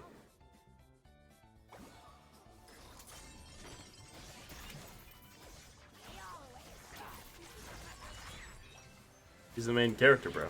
Now that I know I probably won't throw this game, I can feel free to tap into the chat a little bit. I don't want you guys to do this as much, right? I can do this because, you know, make a little content. You know, I get to say the things that you guys don't get to say. And if that makes you guys feel a little bit better, that's good. One cool thing about me saying it and you guys not is like, there's still a happy ending to this, right? Pretty much 99% sure I'm going to win this game. And you'll notice that these people will not learn, even if you said these things. So, for example, a lot of people think that if they were to, say these things and call out these players that they'll change. But they won't. They won't. So it's important to me to show that off, that again, these players can have, a challenger player, winning bot lane, winning mid, everything going well, and still be mad at the game. So it's not your job to change these people and how they think about the game. It's not your job, man. And it's important for me to show that, because a lot of low elo players, like, really, you guys lose a lot of time talking to these people that will not change their mind. The change comes from within, you know what I'm saying? So when he wants to get better at the game, he's going to look inward and he's going to change his thought process and get out of this terrible mental that he has. Until that day, that's not your job. You don't have to save anyone. Save yourself. And that's what a lot of League players often think. Dude, this Zeri does so much. My God. Well, this R means no Kindred R. Or no Kindred R value. Sorry. But send that. I'm still full health. Again, the most important thing in this game is actually objective, so. I have no E here, so we're just running for the hills here. Be careful with looking for the no E W engage, because unless you truly understand the situation, you might just mess yourself up. I actually have 2 seconds. I can practically kill this camp in less than that, while also saving my W. Nice.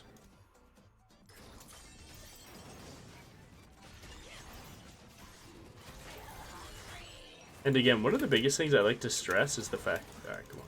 Be so serious. That ain't happening. That ain't happening. I get more experience, I get more gold from stuff like that. You inherently just hurt the team doing that. And I knew that we weren't going to get contested because we just killed Kindred, so it's okay for me to do that. But again, I also feel like I can do that because my Vayne has showed a semblance of being mentally sane. That if they were to see me do that play, they'd be like, well, actually, he's right. And he's mentally sane because of the things that he said towards our top laner. So when you realize people are mentally sane, you are then able to, do the correct play, and they might just, understand it. But that's for you guys to realize when you guys are smurfing super hard. You can offer, the ability to teach people stuff, given their track record. She got stunned. She has no ult. Make good fear here. Just do everything real quick. Nice. Rift shouldn't really be used like this. I'd rather use it for mid, but by the time we get to mid, they'll probably have it done. So I think we might just do this. It's probably better to use it for something like, say, top lane. Because we can probably already slam this turret, but pretty good. Biggest thing I want to do here is actually go ahead and grab this Rift here. Don't hit it into the inhib. Go tier 3. Let me check our team real quick and see what we can do. Again, you don't want inhibs till you can force Baron off of them.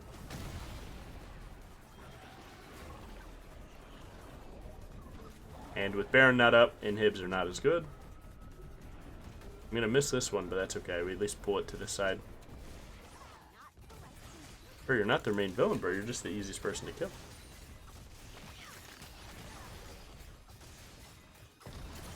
And that's the type of rift value that you want. And you might not realize it, but not taking inhibs is so much better for you than you think. We just slowed down the enemy team getting back into this game by a ton, because when we step into their base to take that inhib next time, it'll be with or for Baron, and Baron obviously speeds up your ability to win the game.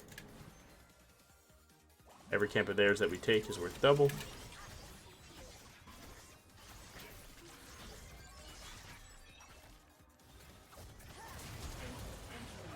Wow, that Rakan combo was pretty awesome.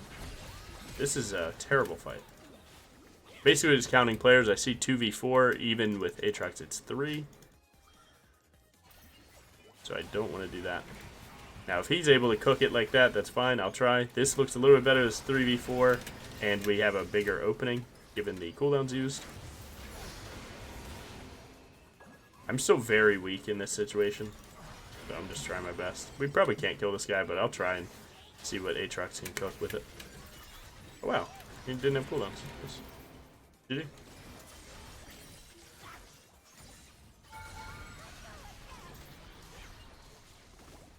he? GG. That one was more of a stomp that you would expect to see, but it's all about, like, you know, when you have teammates that are trolling or, like, really mad and you don't have, like, hard winning lanes, sometimes you have to slow the game down, right? Slow the game down, let enemy team make more mistakes and just punish those. And then sometimes you'll realize, like, games like this, you got to turn it up, right? You got to go back-to-back plays, back-to-back turrets, and really make it work. I mean, that's what I did there. Man, this is going to take a long time. Dude, like, 38, right? So we need, what is that, 46 LP? So we're 2 wins. 38 times 3 is 114. So we need 2 wins. We're just going to do some math real quick, right? So 38 times 2 is 76. 76. We're doing mental math. 54 is 130, right? So we have 30 LP. And then 38, 38, 76 again, right? So then we are 5 games from Gold 1. Right? And then we're probably 3 more from Plat. So we're 8 games from Plat. So we have to go 17-0 to get Platinum straight up. So as you guys can see, smurfing is an investment. Right, this is another reason why I don't like to do it, is just simply that, man. It's such a time investment. All to prove that I can do it. But that's the thing, man. This is my 3rd time proving it. I proved it on mid lane, I proved it on top lane, and I prove it every day in jungle, being 60% win rate in challenger. When, you know, these players are like, hey, Logan, you couldn't do this in Iron. You couldn't. I'm like, okay, I'll do it. And now they're saying stuff in my comments. They're like, hey, man, fresh accounts start in silver. You couldn't play like that in Iron. And I'm like, is this really how far we're devolving? But for something like that, you'll never see it. Because I would have to intentionally grief to get to Iron. And I won't do that. Right? Not the type of guy I am. It's just cope, man. It's just cope. Yeah, I could play whatever way I can play the style that I do, any elo, and it works. And it's proven by the fact that it works. I do it. But yeah, like people are like, well, it wouldn't work in Iron because people are dying. Yeah, an enemy team would be dying to me just as fast because you stepped up, gone, blasted. Now I'm snowballing. I'm 30 kills.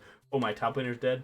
Well, I'm the one that, you know, I'm going to be the one facilitating objectives. I'm going to be the one getting my team dragons and winning those team fights and getting my team to push. And I'm going to facilitate my team with better macro. And I'm going to mute the people that aren't talking. And I'm going to communicate to the people that are. And they're going to trust me more because of my track record in their game that I'm playing well. So, it is what it is. Game 4. Now, I'm not too sure if we're going to keep this one just because I want it to be unranked mastered on jungle. I don't know much about the playing mid lane. I don't feel like that's gonna prove the point here. In which, like, again, like I say, if you're a truly competitive player playing for every percentage chance to win, you just click X and dodge this game. Right now, I'm just coming to terms with the fact on if it's worth to play mid lane here. Really don't know. I really don't know. You know, like, is it beneficial for you guys to see me play a Yone game and drop 20? I don't think so. but we'll see. I don't know. I really don't know. I guess someone has to decide on this, and I don't think it's worth it, right? I think this is where smurfing gets out of hand, where like I can teach you guys what I do in mid lane, sure. You guys didn't click this video to play mid lane and watch me. Okay, so guys, I'm gonna stack my Q3 on the 7th minute. I'm gonna EQ forward. I'm gonna chunk their mid, okay, and then level 3. I'm gonna do the same thing, and I'm gonna ignite him, and I'm gonna kill him. And I'm never going to step up unless I have a Q damage on him, and that's it. It doesn't matter what champ it is.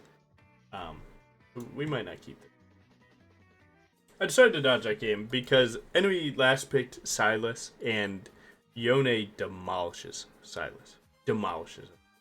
And yeah, I think right there, that didn't seem like there was something anyone could learn. And for the longtime viewers, you know, Logan Jungle was a Yone one trick for a long time. And before that, Logan Jungle was a Yasuo one trick. So, yeah, man, that seems like it's going past it. Oh, he's not even in my top anymore. But yeah, your boy has played too many hours of the Win Brothers. Yeah, no, we're not gonna do that to him. So I lose 5 LP. I gotta wait 6 minutes to play. But I think that was a personality call there. I think right there, you know, in jungle I can always teach you something. Hey, you know, making decisions based off this. In mid lane, you're just going to see someone take bad trades, and that's not what we're doing here. So let's go. Sorry guys, I got caught up talking to my boy Andar real quick. So this time we have MF Elise, a very volatile lane, man. If they fall behind, they're nothing, and if they get ahead, it's awesome. Same thing with Aurelia, exact same thing. You have to be 2 places, and yeah, man, in 2 places at one time. They have Annie and Aatrox. Aatrox, free gank, but if he's ever ahead, he'll obviously 2v1 you guys. Annie can look to stun you with Gravesnear, and you're immediately dead, especially if you don't buffer E, so look to do that. You do have a Lissandra on your team. So if Lissandra E's into an Annie, right? And then Annie counter stuns Lissandra, that means I'm free. And these are the things that you gotta, like, just set up this situation in your head. Run it through. Run it through in your head, man. I'm telling you guys. If you can do this, if you can see the fight before it happens, you're so much more prepared. Because everyone's just AFK during loading screen talking about how long it takes. That's why, look, it's all up here, man.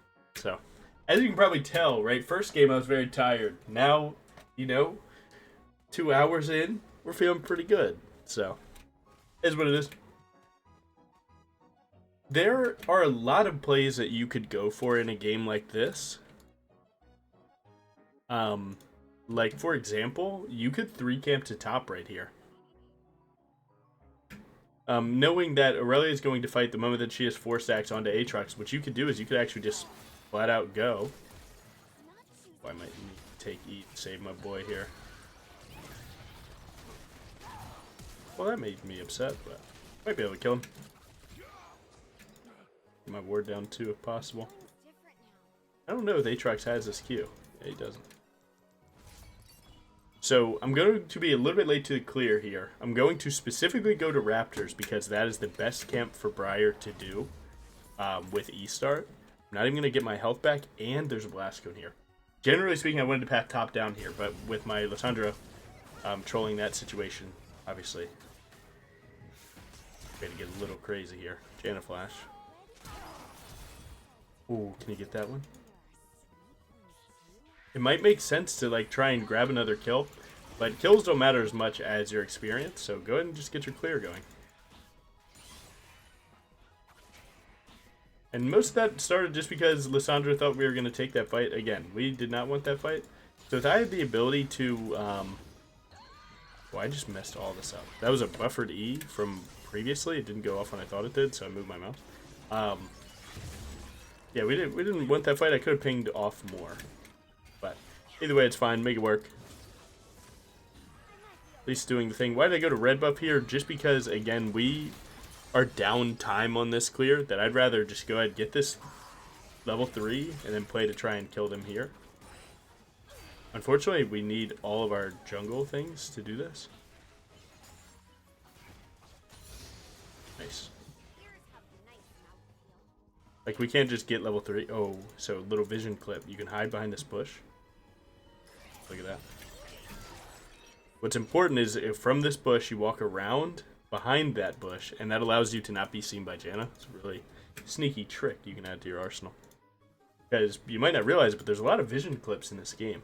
So for example, like this corner is blocking me from seeing any of this. Once I round this corner, I can see everything. Right? So I can't see anything, can't see anything, can't see anything, and I actually can't see past the bush either. Once you step into the bush, you can see. So if you understand vision clips, play the game enough, get a little crazy, try new things, and then go back into the VOD to see if they saw you or not, or where they did, and learn a lot. So either way, game got a little crazy this time. Again, it started on the back of Lysandra wanted an invade that we didn't want. I should have pinged him off when I saw him doing that, but instead I started talking. I took 3 camp to bot because I saw that they were still super low since they hadn't recalled. They need to walk away. He's on a full clear 24 farm. If they can live, that's good. And so my bot lane is probably going to start tilting. We're up that first gank, and he just equalized that gank. He's going to do the crab now. I too am going to do my crab. And then depending on what camp he started, we could actually go. But generally speaking, my raptors are actually coming up. So Graves might want to recall here. I'm not going to look for an invade because of the fact that my mid laner is off the map right now. I'm going to play for my own raptors here.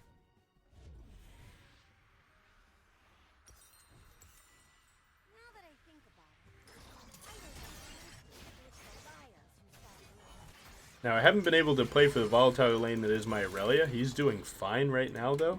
Because I did red into Krugs, my Krugs are desynced. So I'm going to take this as a recall timer since they're not up, instead of just standing there waiting. I can do this. Bam, send it through. Whoa, what's going on? There we go. See if we can catch up to this minion. Nice. Very efficient. So again, so my rotation of camps is Raptors, Krugs, Wolf, Gromp, right?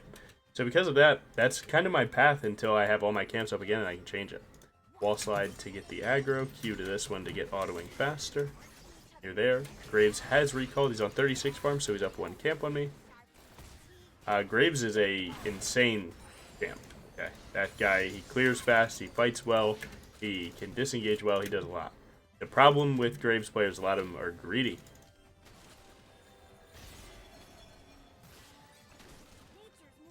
Might have the damage for this. Nice. You know, sometimes if you know your own damage, you can get something good happening. That's what you... Rewarded for knowing my champion there.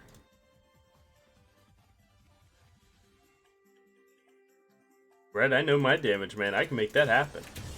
The only way that could have went sour is if he had flash, too. And he flashes my flash, then he just lives, but I'm up health. And I can look for my camps to heal up more than he can, because he doesn't have fleet footwork and I'm Briar. So everything went pretty good there.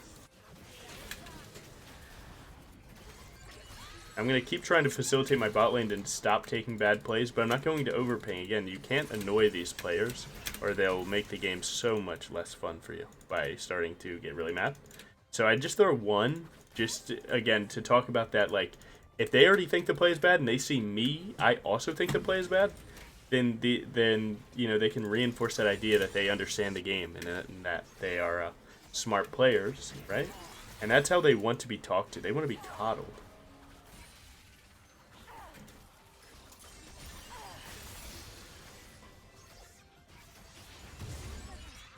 We're going to go ahead and do that. We can run at them real quick. Let's leave while they do that. Graves is on the dragon. If you ult it, though, he might be able to kite to these two, and that would not be good. We're not going to take that one this time. My raptors have been up, but now I'm synced up with my Elise. So if they were to go for this, I could. This guy baited me 5 times. You're still falling for it, brother. Gotta focus up. He can E the stun, so we're fine. They could be here posted up with 3. I'm going to ward this, just so I don't get caught lacking. I'm worth 500 gold, and if Graves gets that, it's going to really mess me up. And I'm going to wish I had placed that ward, so. Keep it going. Yeah, me and this Graves, man, we both are having a really, really stellar game right now.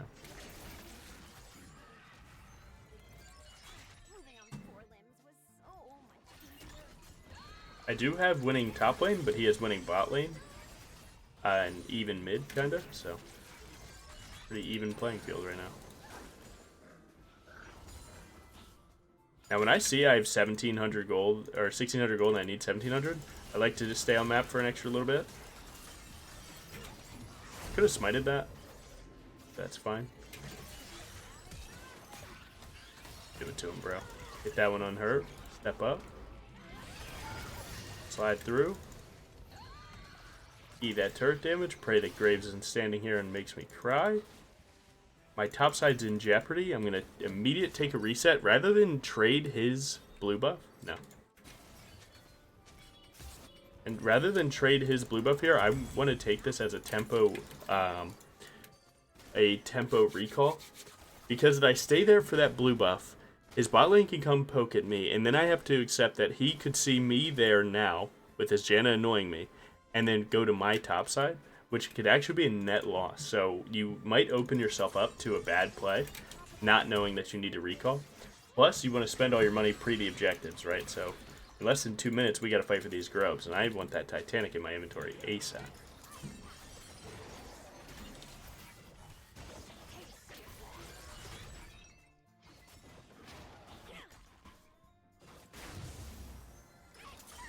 So nice. We've handedly got this game right now. Now we just need to secure it. Because again, just because you're ahead doesn't mean that you're winning, right? It's like winning the game for sure. But you know what might do it? Making an Aatrox player upset. Right there. I see the minion. I see the minion for Aurelia. Now he's in there. I'm there. Stun. Aurelia gets to him. We can actually start cranking. Oh, did she mess up her Q? Oh. Maybe she didn't get the key reset. Oh well. Still good damage. I mean, like, again, tilt the Aatrox, man. That's a game plan. Now we see that we pulled our support here, so we'd like to play for this. They're pulling everyone for that, so that's going to be a 4v4. I like the team fight angle. I don't have ult just yet. Sweep in so that they have less decision on where you're coming from, where you're shooting from. Yeah, we might have to leave this. Yeah, let's leave this. Already carry died. It's alright. No big deal.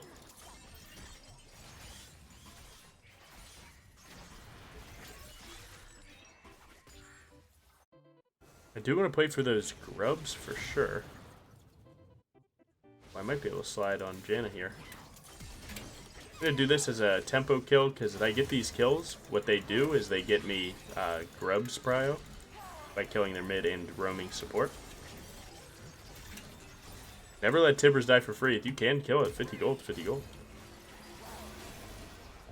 Maybe.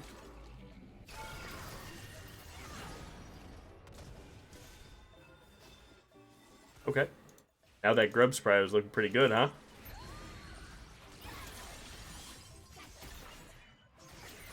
Get a little counter jungle going too. Oop, might have to help the boy here. Not gonna look too much at the sitch. We're just gonna hope that we can help it. Get Graves' top side. And then we'll be up players again, since their support is dead and their top laner is. To where we can play for those grubs again. So again, you only give up the prio for the grubs, or you only give up the grubs that you have prio for if you're making a play that also gets you prio. And then you miss the W. That's very important. Don't forget that part, okay? Write that down. My W's have not been clean today. Goes to show, man, you can win with making mistakes. Now, Dragon's up in 20. Because we took so long to get some of these jobs accomplished, we can't do everything. Despite wanting to, I would love to get everything done.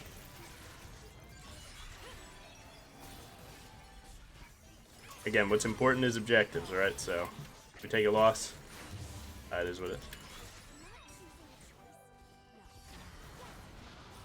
Completely fine with me if you annoy me, bro. Completely fine with me.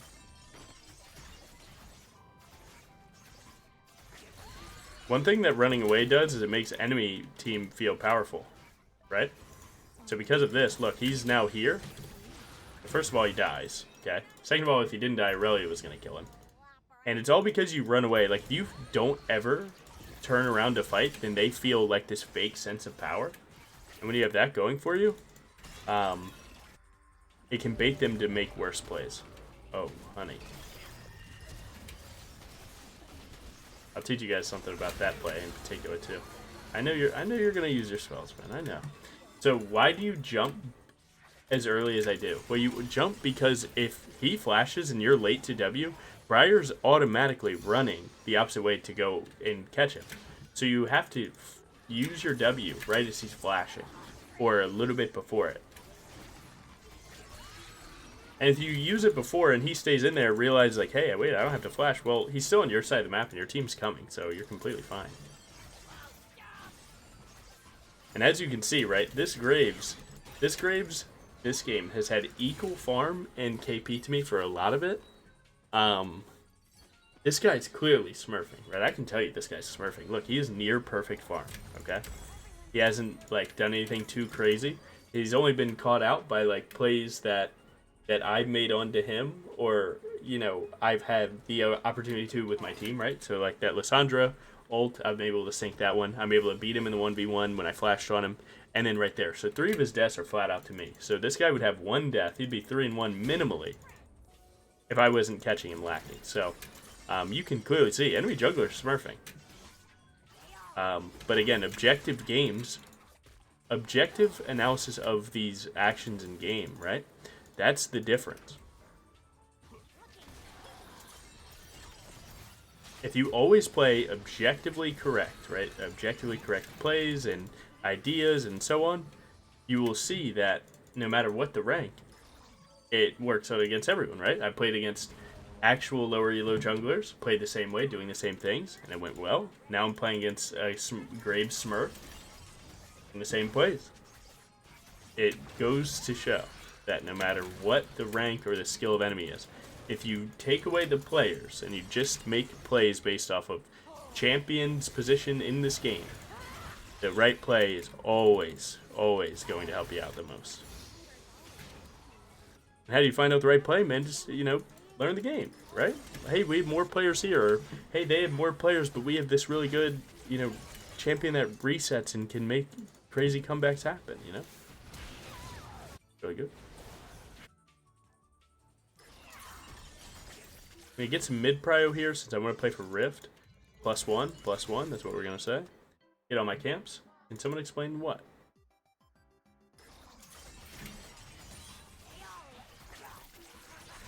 What happened bot lane? You guys stopped playing 2v2. Jana started roaming. Now, even so, to give Graves credit, right, he's still playing for dragons. So I have to, ball is in my court to stop this guy from winning through dragons, because he still has a win con. Right, he's on 2 items. I'm on, you know, maybe I'm like 2k gold ahead of him. That's not always enough. So I need to be very particular about how I die with this shutdown. People think way too hard about fighting. Just point the strongest soldier toward the biggest enemy. Almost worked. See, like right there again, I never let negativity sit. Oh, you said something dumb? That's fine with me, bro. That's chill. We can win.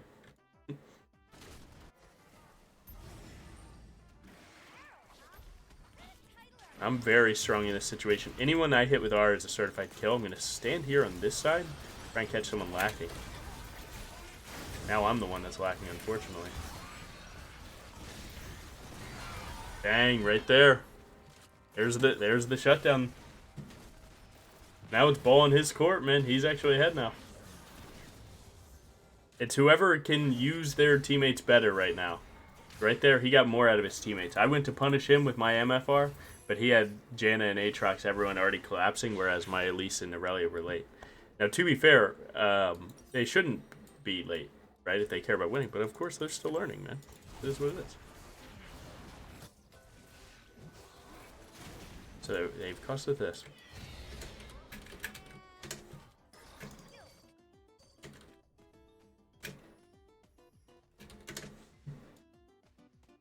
So I'm going to try an open-ended, so instead of directly telling people what to do, I'm going to open-ended ask if they can do the correct play. How you talk to players is very important. Of course. Mouths water because they're starving for food. Now we are, of course, late to this, so we'd have to find a pick to make this work. We are down a player. That's a pretty good one if we can get it. I got your back. You got me that time, though. I don't want to be the one to die. I'm going to let them cook. He's unfortunately dead, but we were able to get the counter kill onto Graves there. About him lacking, and that's with 2 people top lane. Like, we were down players when we started that play, but you know, if you kind of feel the vibe there, you can make it work. This game is the type of game that even I, in this circumstance, don't know who's gonna win. I just have to try my best.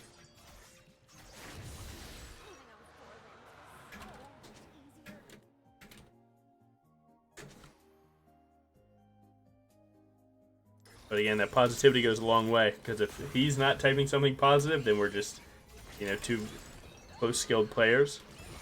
But my team is happier, and that is League of Legends. Now, every fight I'm going to get stunned by Annie, and that part sucks. So, why TP with Otacon up? What are you saying? I mean, like, sure, that's true, but who are you to judge, bro? You didn't walk the dragon there. You guys just died top for free. Who are you talking to? You know?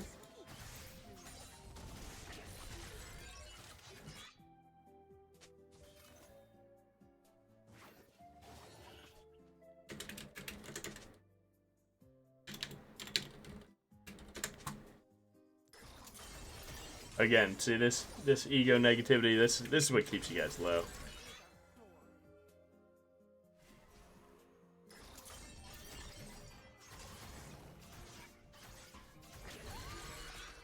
Alright, so we did get 6 grubs, and we did stop the dragon win con. Now I'm going to recall. I'm trying to decide what item I want. Since I'm going to get stunned by Annie every time, Sterix gets value because I will be able to live defensively. But Sundered Sky allows me to play to kill a lot faster and also get my health back. So that's also very good. Can Aurelia walk? They will probably 5.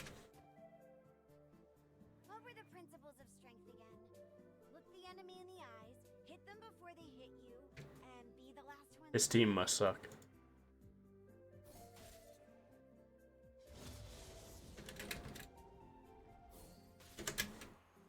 Again, just keep trying to facilitate it. So right here we see Aatrox.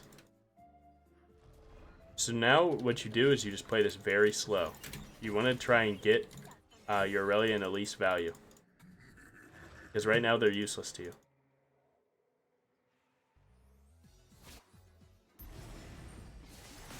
I see 1, 2, 3 players, so we don't know where they're at. So if Lissandra gets a good ult, then I will...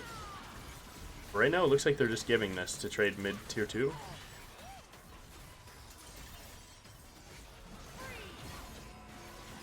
I would like to ult that, but I'm not going to risk losing this. Nice, now we go here. You recall. Recall. Okay. Had Lissandra recalled, then I just had to flank with my arm, and she's actually there, and that's really good. Because they didn't do that, we're now behind a little bit on the timer to punish them for that. But I don't think we can anymore. And I didn't have the ability to type that in that moment because, you know, I'm doing so many things. Always just cancel a recall with ult. It's never that bad. Nice, so good reaction on him. But canceling that recall gets us better timer on this dragon. And I still have ult for it. Once you hit this, you know, mid-game spike, right? I have 70-second ult cooldown. I have 90 seconds till the drag, so we're chilling. Oh shoot, I didn't get enough money. I forgot I didn't have the last ruby crystal. Whoops. They just got 3 turrets, so Sivir and Graves just went up a lot.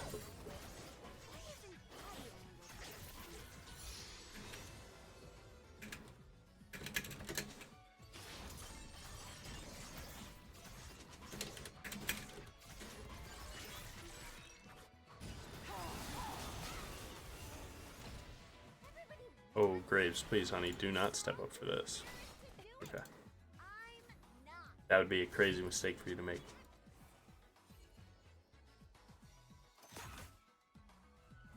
Where's he going?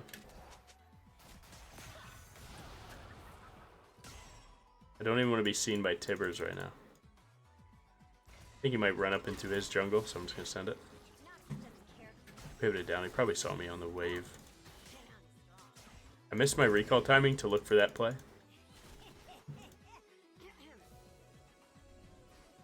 Graves might try and look here or over here, maybe.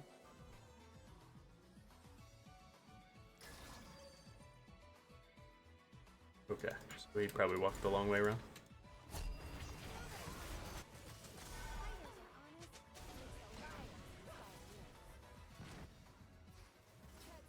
It's a really tough fight. We might not even want it. Alright, let's go, let's go. Graves will step up first for sure. Why? Don't like that anymore. Don't like that anymore at all. Do not like that at all anymore. That's okay, they're late to it. Need to wait our team. Aatrox is top, but he does have TP, guys. And that thing can make him show up. Again, the biggest thing to do in games like this, don't be the one to make the mistake.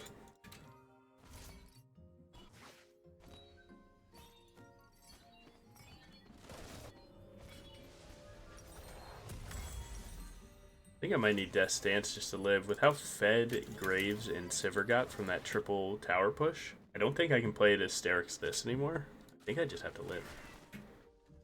Yo, Aurelia, please stop typing, bro. Aurelia, you've made this game very tough on us. And you're trying to like blame someone else. Really rude.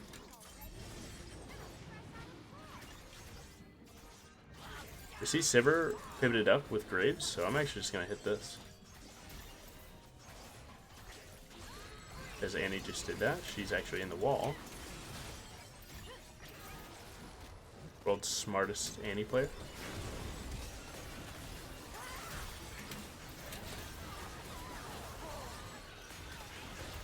Great job, we did it. I don't think we can end. I mean, dude, they have a lot of death timers. It might be fine, but if we actually just went to Baron, we could confirm win.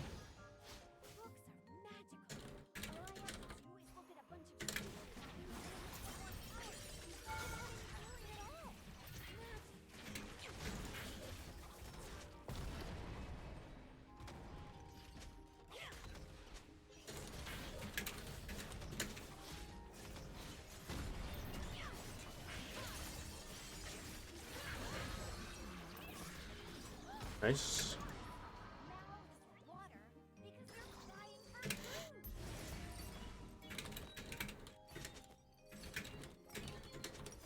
Nice, we win for free.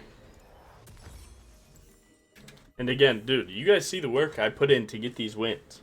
Do you see how easy it would be for me to type something negative in this game and, like, you know, bring them down too? Dude, no. I'm here for the wins, boys. I'm here for the wins. Aurelia, please don't start. Please don't. We don't need you to end, bro. We win 5v5.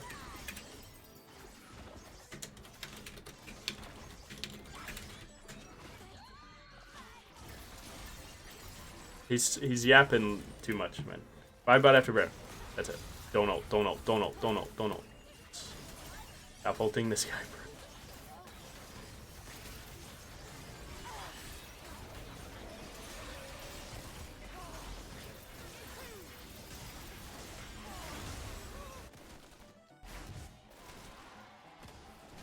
This guy's hitting our wave, and that's going to buy their team a lot of time, so we need to at least make sure that we have one minion just to break down the fortification on turrets. And then following that... Ooh, I don't know which side he goes. He could go left or right here.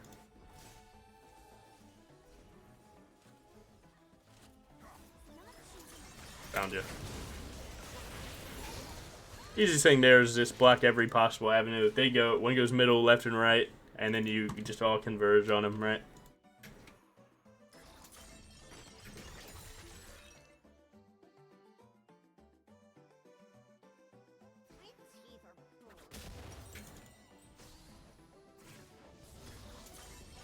we're up players, and I see that I have my team coming, so I'm fine to look for plays like this.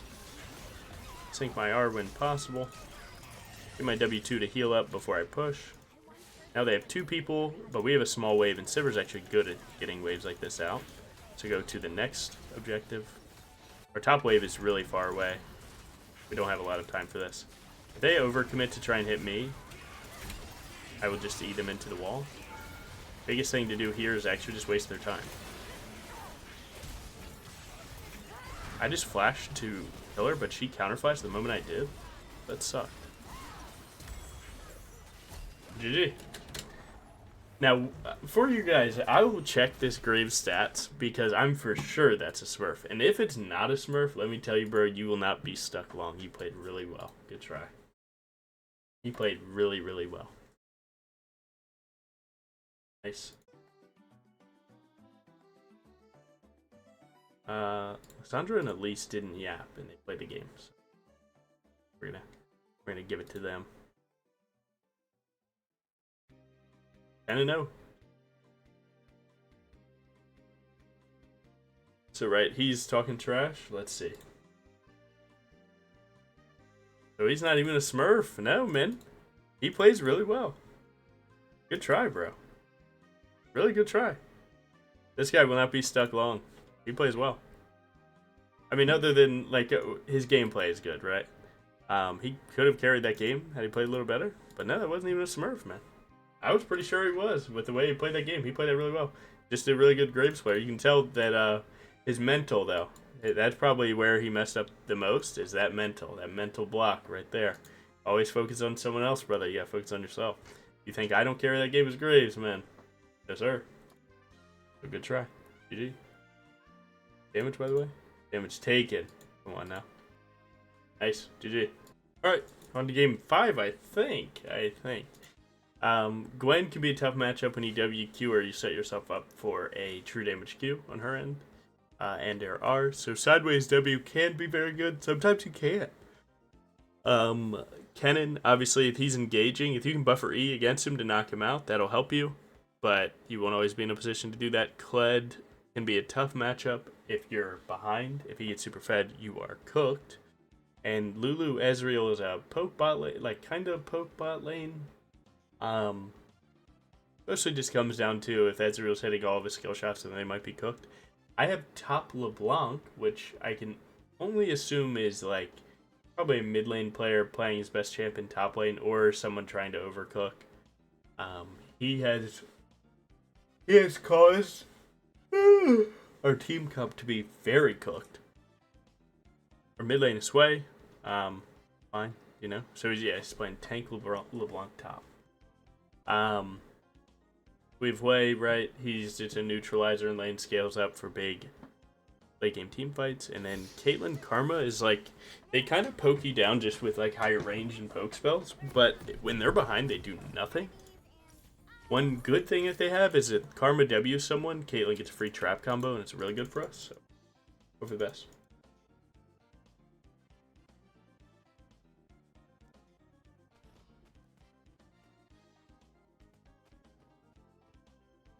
So our lobbies are getting around Emerald now.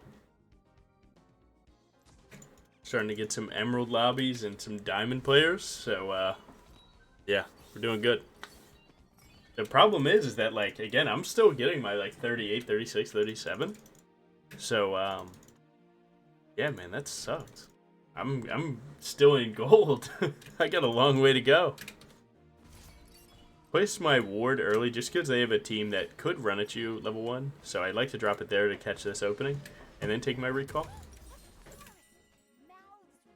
Just a more safe route. Instead of like staying there waiting for 50 seconds recalling and then getting pulled up on from one side. Just drop that. He watches top side and then you're fine.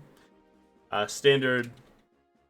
How many times do I have to tell you guys? I'm pathing bot every game. And this isn't intended. It's just always correct. What are you going to 3-camp to top for Tank LeBlanc? He misses chain. Now you have no gain? Come on now.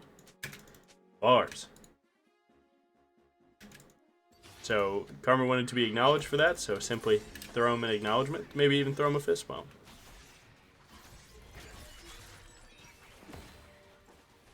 Good.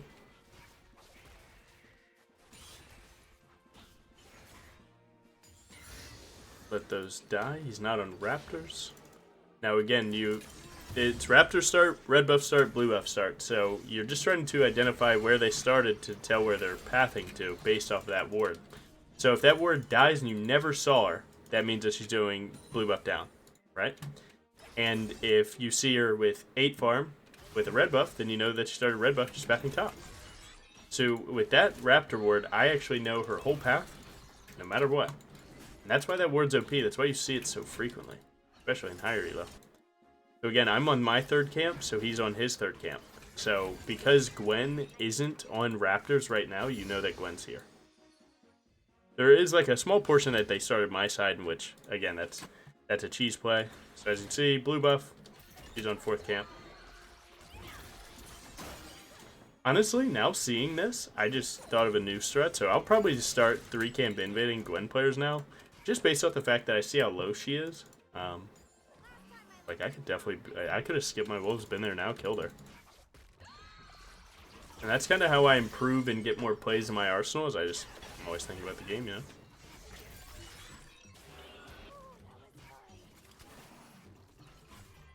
See that my mid lane is fighting a ton right now.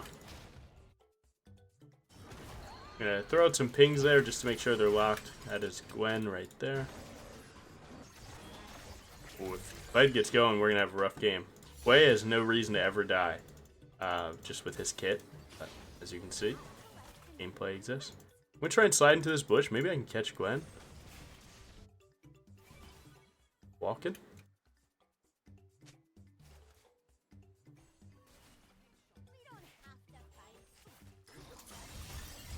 So Gwen obviously walked from topside if she wasn't on that, wasn't on the bot side tri-bush. Sorry boys, I have to make sure of it though. I'm gonna die for this, but I'm just gonna hope that I can live. A little bit of shielding angle. Really good job. I'm immediately going to take this recall instead of completing my Raptor start because Gwen just died. She spent her money. She's coming off the map right now too. So with that in mind, I want to hurry up, get my money, do the same thing. Now she's actually up the crab. We're up the camp, or we're up the kills. So we don't want her to contest my Raptors. Like if she went from base to my Raptors and was able to contest me, I couldn't fight back. And then she could get some good stuff going in her department. Oh my god, is this our first like positive player on our team? Wow, bro. Good job. Armor players are up.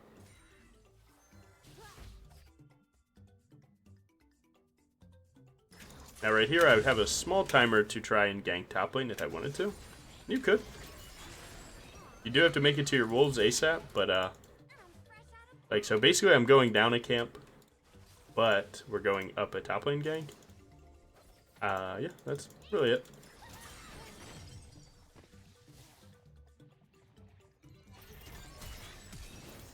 Got his flash, and now I'm actually going to take a recall. I'm going to walk to the left side of this bush in case he shoots a Q this way, it'll miss me. And then take my recall and go down to my bot side. We know that Gwen is there.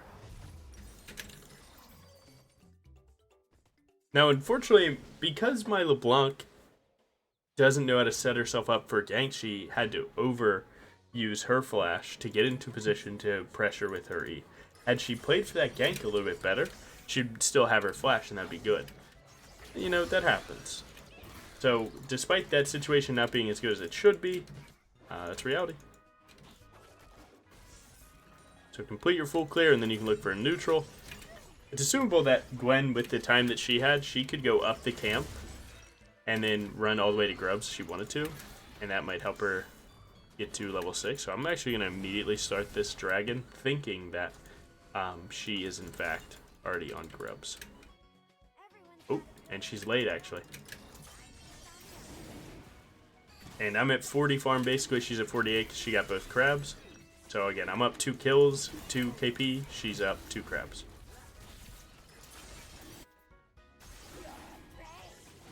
Hopefully Lulu wards this, and that'll just be a waste of ward on her end. The more time LeBlanc wastes is actually insane, so this might be huge. He might be game winner right now.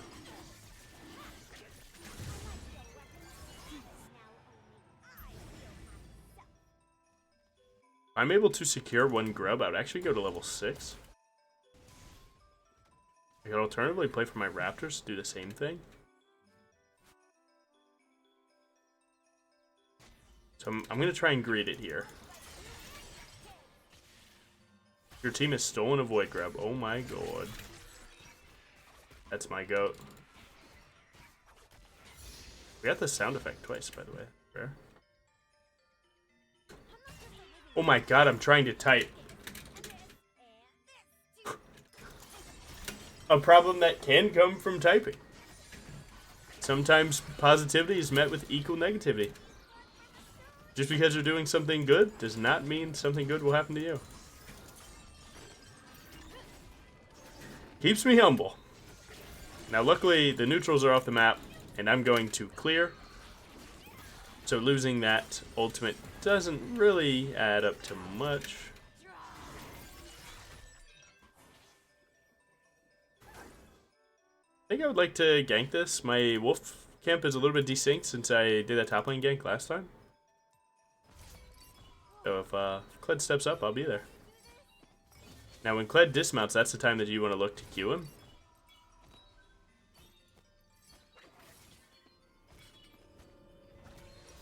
I mean, it is what it is, I guess.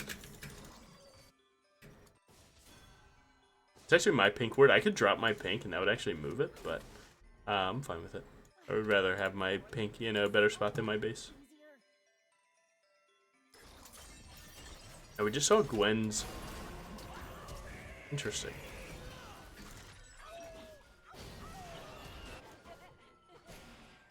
Wow. We just saw Gwen's raptors up, so we know that she is not completed her full clear just yet. She must be doing something else. Nice. We actually do know that.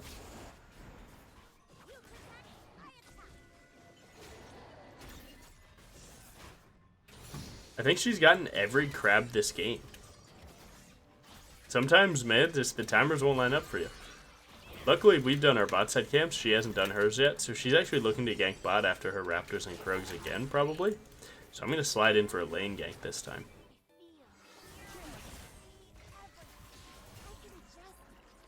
Oh, really good juke, bro. You might not have seen me slide into this bush.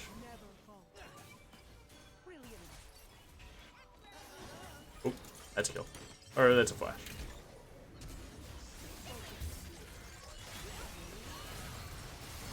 Nice. All because he used E. Again, the only thing that keeps Ezreal to be one of the more safe champs in the game is just the fact that he has that E, Arcane Shift, right? One of the best defensive spells in the game. Luckily, he wastes that. So I'm actually playing the Vision. Vision clip is here, so I let him walk up. Hello? Look at how insane this game is. Look at how insane League of Legends is. I'm actually like trying to body block too, so that we can't just die for free.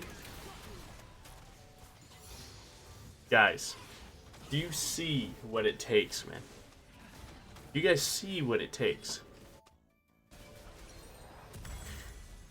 Man, that's such an awesome thing for you guys to learn. Vision clips are so important. Right? You see right here, that's a vision clip. Those corners, that's a vision clip. So I pivot right behind it.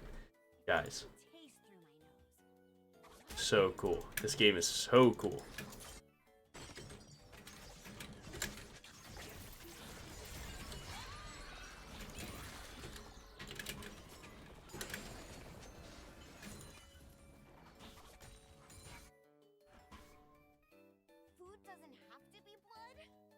And I'd love to do things like that, like, can you roam? If not, it's fine. I'll make it work. Because I will simply give the objective, they pull more players, and that's it. Like, it's really nothing too crazy.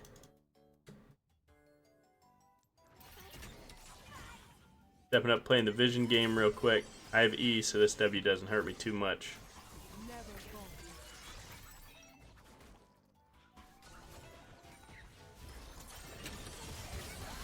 Buffer E into Lulu Polymorph, shoot my R in for a demon combo to confirm that this is a kill. Because this kill gets us grubs, and then following the grubs could get us dragon. I'm going to hug the left wall here for this gank, since that's where he's probably trying to go. Nice. He sold everything and went locket. Oh, honey. You're so depressed in life. I'm so sorry. Hope you win whatever battle you're in.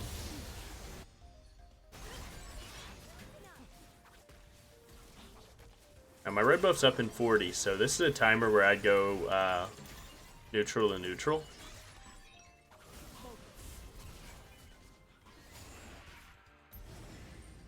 We got the bot wave in, so it's unlikely that Gwen went 900 IQ play to steal the dragon just to deny feats in this game, because she's probably focused on something more important like getting farm than stopping feats, but it's a play that people can do.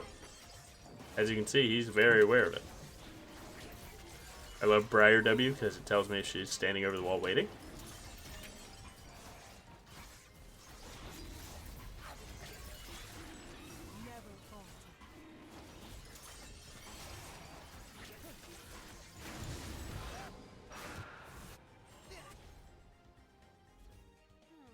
Gwen could have taken that timer and actually went to my red buff.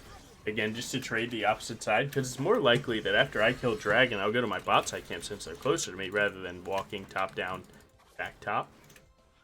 That could... Hey, this player's smart. He might have done that. That's why I'm not going to wait for my blue buff and take the bot gank, wait for my blue. I'm just going to path right up there ASAP.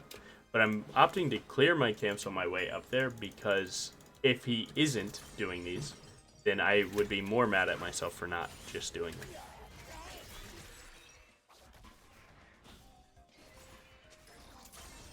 Nice.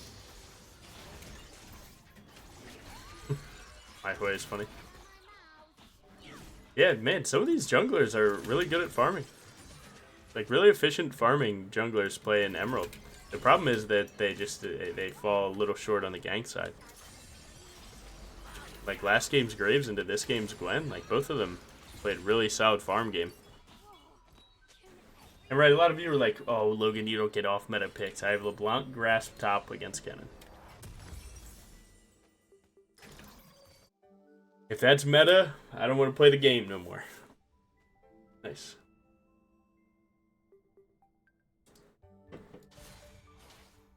He's just doing that. See, players like this, man.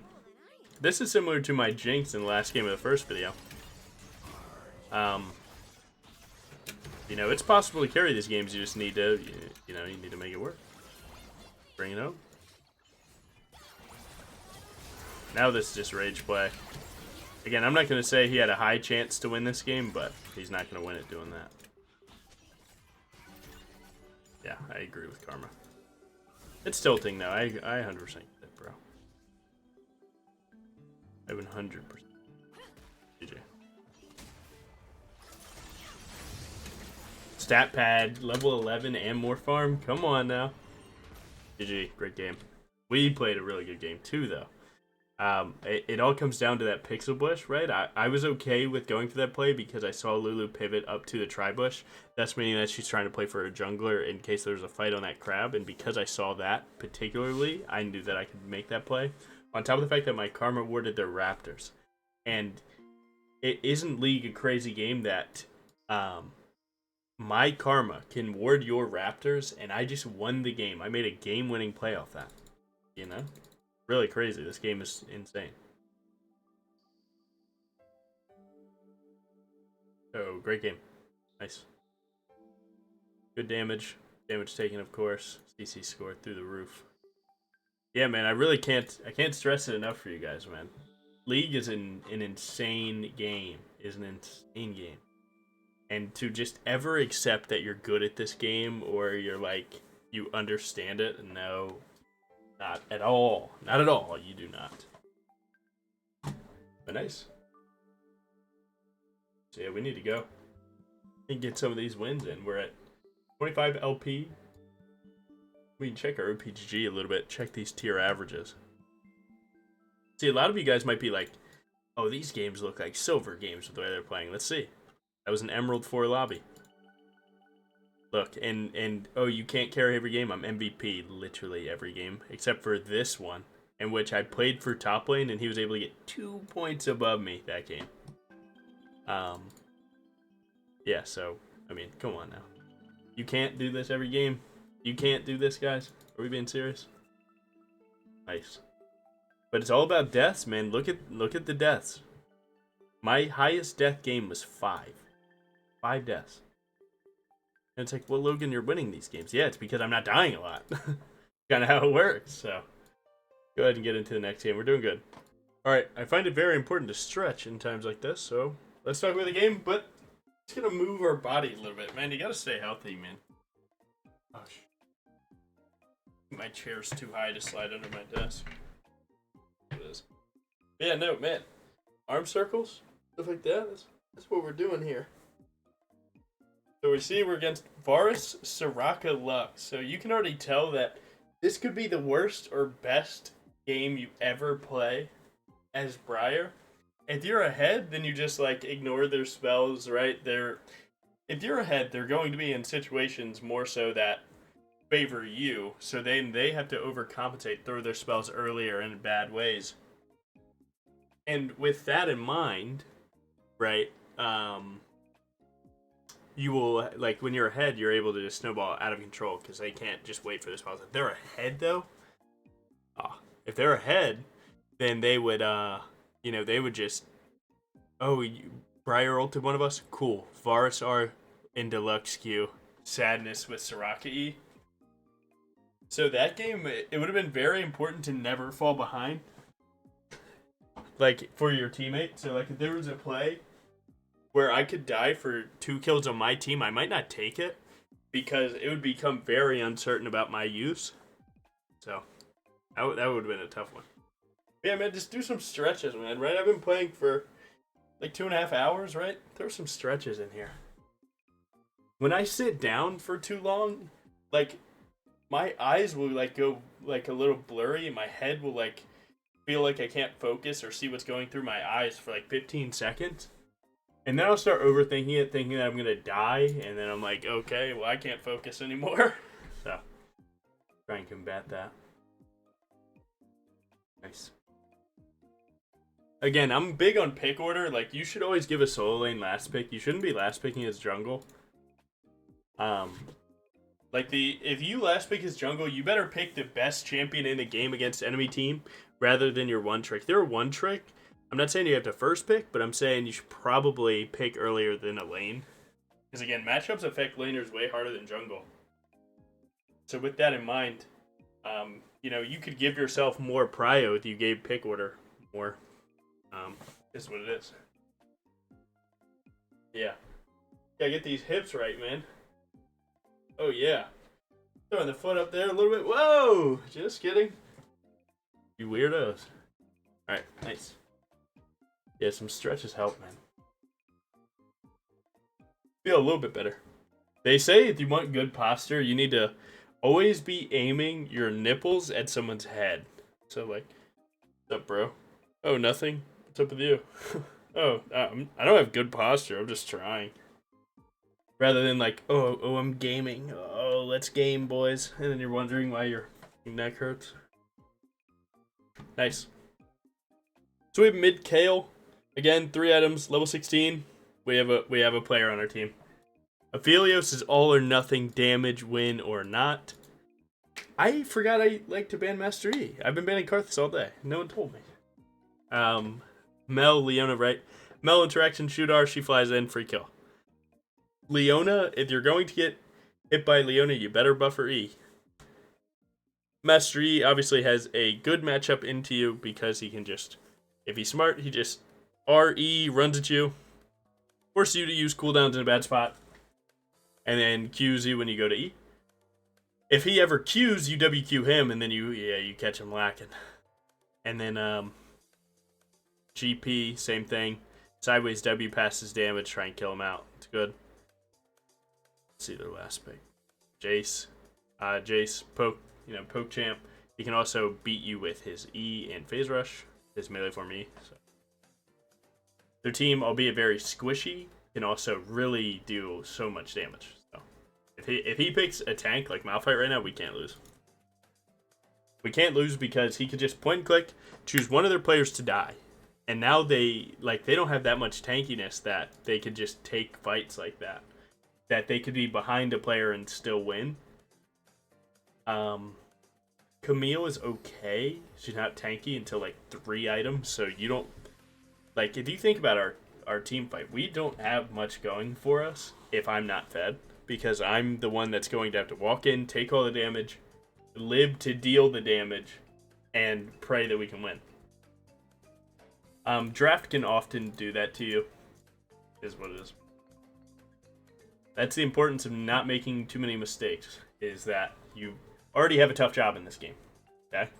Well, that's only going to get harder if you're behind. So let's do it.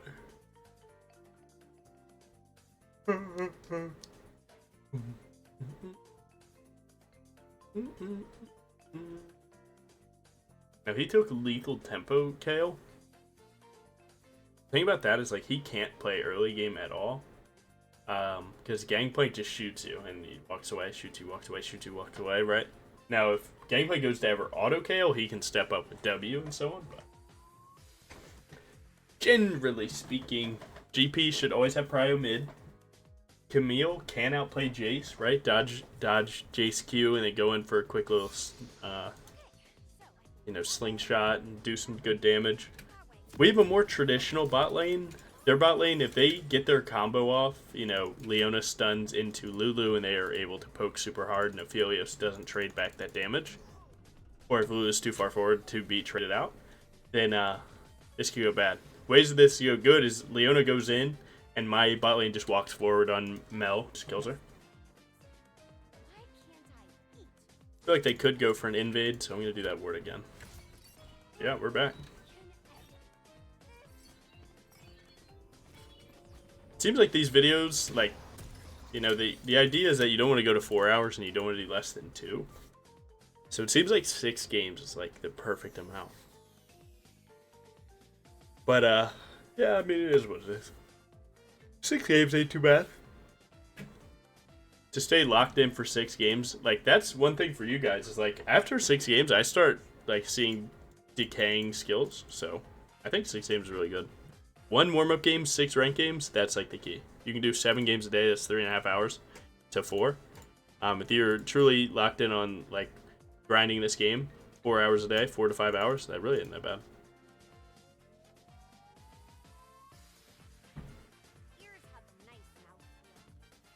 Path down because Lulu Polymorph will help the Master Yi matchup. Master Yi Q080 carry, Lulu Polymorph, you follow up WQ. That guy's a goner.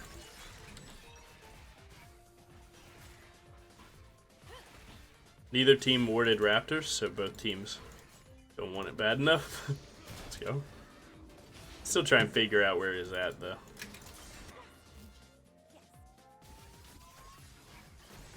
It's actually fighting a lot, and times like this, I think it's actually pretty believable to go for a 3-camp mid while you head to Wolves. You don't lose too much to go for that. So right here, if I were W flash Q, he would die. Ooh. Gangplank did not play the matchup right. So that's awesome. Huge. If Kale starts snowballing, we are in for a very easy game. I'd like to get carried. I think carried's cool. See which way I can support this guy. Hey, give me a fist bump, man.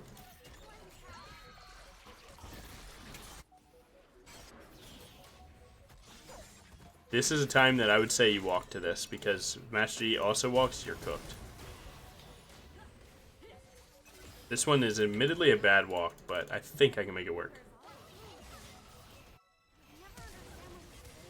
That's 1. I'll get the 2. I'm not going to waste any time doing this either. I'm going to do that ASAP so I can get back to my clear. Again, always with the positivity, guys. You really don't realize how far that goes, but trust me, it does. If you've ever been someone that's been battered in game and comms and in chat, right? People just they just always got something negative to say at you, I promise you. you realize how far those things go.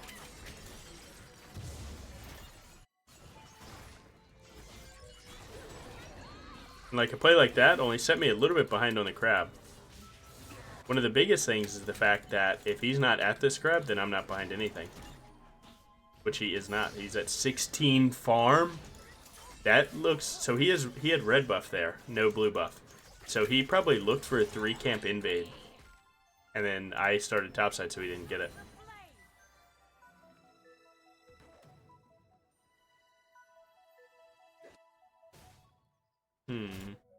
This crab should be here. He probably has smite, so if it's on topside, he can just get it for free. I'm up red buff, and I'm up level, so he can't play this. He still has flash, but my W will find him. Yeah, we'll VOD review this game for you guys. See what happened. Most of the time, if someone's down so much farm like that, it's because I did 3 camp invade.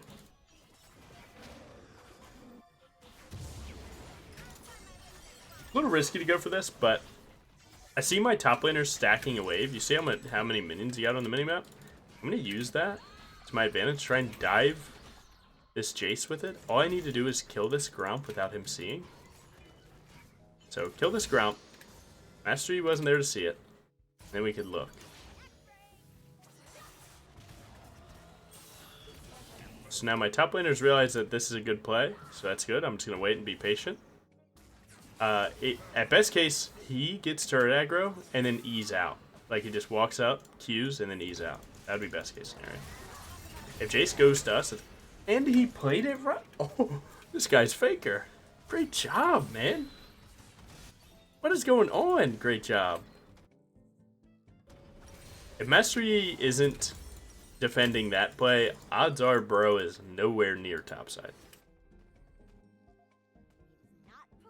You have an alternative thought here where because all 4 of your camps up, you can choose where you're going to path to. So I could, in theory, go straight bot here, play to clear topside up into a late grubs. Or I can go topside, clear 1 camp, then go for grubs and leave my bot lane hanging a little bit. But we have a lot of people winning, so I wanted to start doing some of these neutrals. I want to get on the map more than anything right now. Do stuff with my time. So we just did dragon, that's okay. I don't want him to get my bot side, that would kind of suck for me. Because my bot side's level 4 camps, and the blue and Grump I got were level 1 camps. So he would actually go up on us, but... I'm going to keep pinging like he's there, despite not knowing if he is or not, because it's not worth it. The end result, if he is in fact there. You could ult your camps if you really wanted to. Alternative thought, you can go for this crab and ult his red buff. Now the problem with this red buff angle is you risk hitting GP on the way. Just gotta really hope that he's not on my bot side.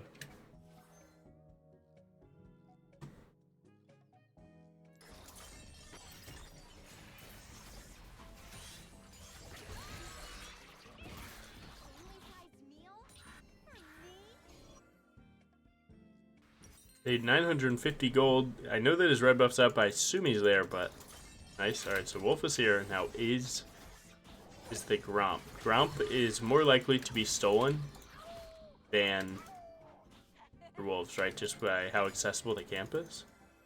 Okay, he did not go here either.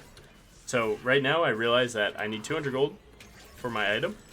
This Gromp is going to give me 100 of that. Instead of going to my red buff, I'm just going to hard force a bot gank. I'm going to sweep my way in, go for a damage gank, and hopefully through the time that it takes to do that, I just get enough, right? I need 80 gold. So I just walk up and I just start hitting, right? At least buys time and does damage. I think I might have trolled this one just a little bit. I didn't expect to go that deep for that, just to do a damage gank. My bad. Nice.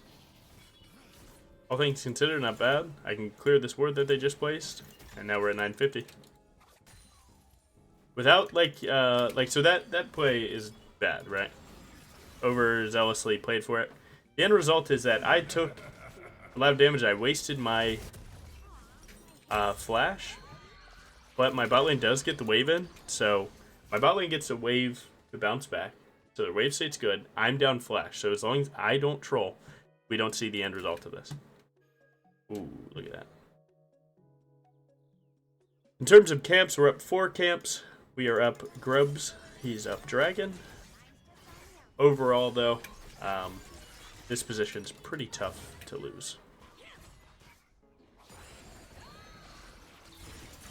My bot lane was able to get this. I can't remember if we actually got a sum down there, but if we did, that's because of me. GG, jungled it. And we got his blue buff 30 seconds ago, so I could go to his top side here. Or I could just run to my blue. I think I'm going to clear this ward, go for the crab, and then go for his blue buff. Get my boots here soon, right? Yeah, 9:45.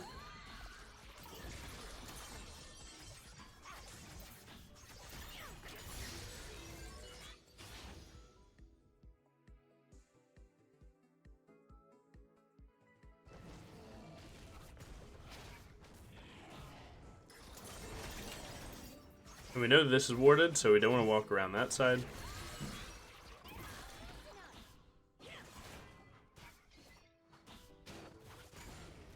Now with Jace off the map, you can assume that they might know you're here. And they finally like prepped up their positions to find you. But looks like he's bot.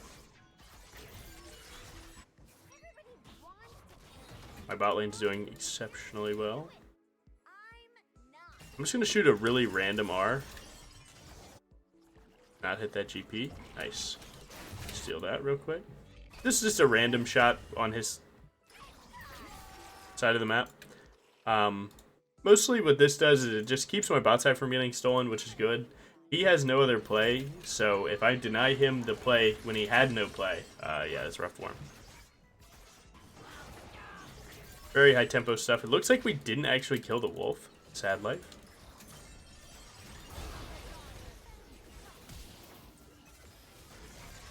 I think I might be able to get this gank going. They're probably going to play to get that wave in, yeah. I'm going to try and Titanic kill the Mel. So, first of all, this guy without Aftershock is a cannon minion. So we might have enough damage for this. And you get this opportunity just by wasting out your his W and Aftershock. Just with movement. Nothing too crazy there. I'm going to go team deathmatch here. Oh, just kidding. This is clearly warded. Seems like they are probably on Grubs. We're both playing to just stop the other's win con. So ours could have been 6 Grubs, Camille split push, and theirs could be Dragons. The cool thing about these Grubs is if he clears these Grubs, that means I get his bot side. Unless his mid support block me. And the odds of him going to mine are a little rough because I could, you know, I'm in a better 1v1 spot than him. So he might not want to risk playing for that. On top of the fact that I get a buff and he doesn't.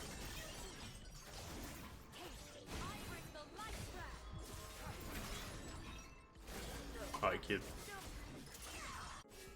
He did get my raptors and nothing else. God forbid he looked for camps here. I just kill him anyway. No Q. I don't play around with giving Master Yi's shutdowns in games like this, right? So instead of letting him even farm and risking messing up and dying to him, I'm just going to flash on him, get the job done. Got my 80 carry there.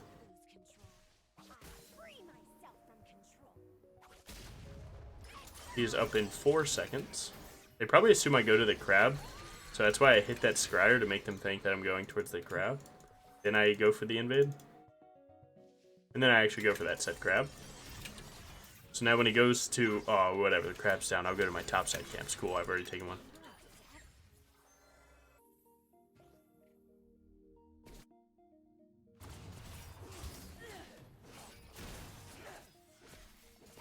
Extended W here, W towards the minions, and then that'll get you closer to GP.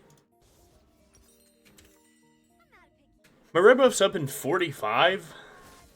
I would like that before I recall. Like, you could go my Krugs, his Gromp, my Red, something like that. It's a lot of time walking. This puts me pretty close. If I can sweep and get one ward, that would put me, like, really good. Nothing? Alright, whatever. I'll take the Gromp. Jace is coming back up here, so he might defend this. He could have just seen me, by the way, so be very careful. We have Camille ult here, so that's pretty much cooked. He didn't even have to use it. Basically just greeting for my item. I don't want to recall for components when I'm that close. Me and this Camille got this lobby on watch here.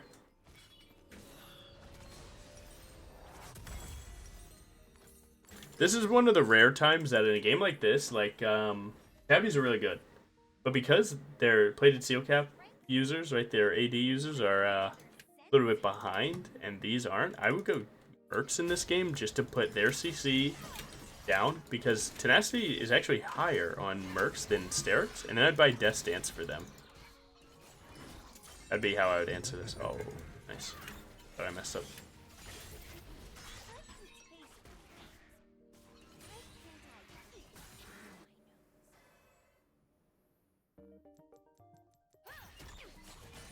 Mastery could be on my bot side right now. Again, I'm just making sure he can never do any of his camps for free ever again. And if we're able to get vision of this, I'll play it out. They might run away. See Mastery here. Oh man, they're stepping up. We're gonna sweep our way in here to try and deny them the idea of where I'm coming from. And we know he's right there.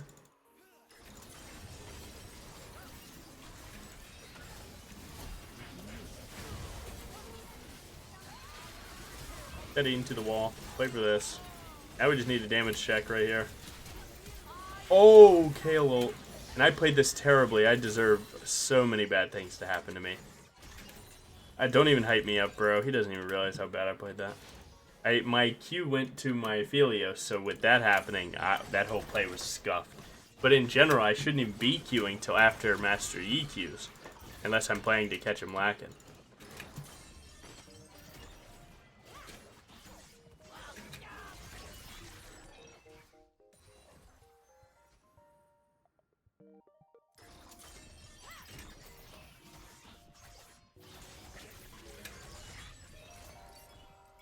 GP got found. I'm gonna reset, play for these this Rift Herald here. Get my Death Stance. Got my 1050. Spend it. So what am I at? 3,200, 3,062. What's this? Something like 1,200, right? 1,250? Yeah. 7,450. What's that? 8,500 spent.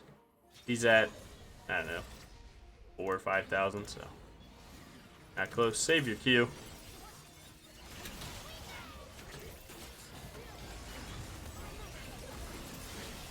Logan is the goat of Briar. I've never seen anything I like really this not before. get the angle there. I mean, I'll still kill her, but would have preferred to get the Titanic angle to teach that a little bit more.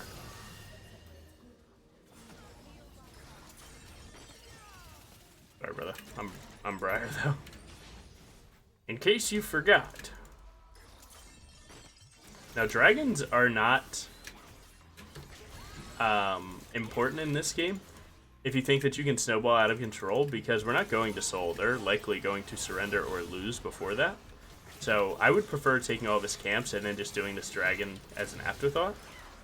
That's more of an advanced technique, though. Because in low elo, you're so used to people throwing and games going super long that you probably think that every dragon matters. I myself know that I won't let this game go far enough. I'm going to bleed their jungler out like it's like it's no one's business. But, you know, it's okay. There's some time. Your top laner was doing damage to it too. Like, who cares? In a situation like that, any camp that you can get that doesn't make your team mad is a good camp.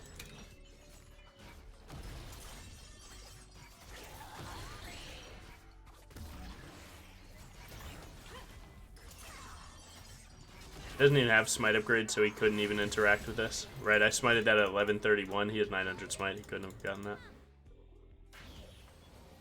Leona is definitely not living the dream here.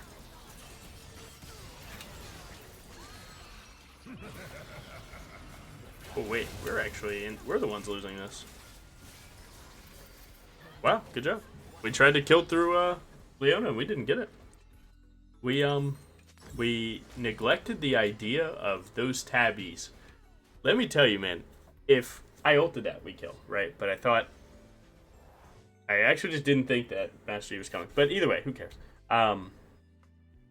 If they stat tracked how much damage tabbies reduce, it would be nerfed tomorrow. That is an insane item. So tabbies probably just block like a good 1500 damage like it's nothing. One thing that I tried to do is I tried when I W'd over this wall to go to Mel, and then I took the Leona, so the original intent was to kill Mel, and then go Leona. But because I was on Leona, I just accepted that I'd try it.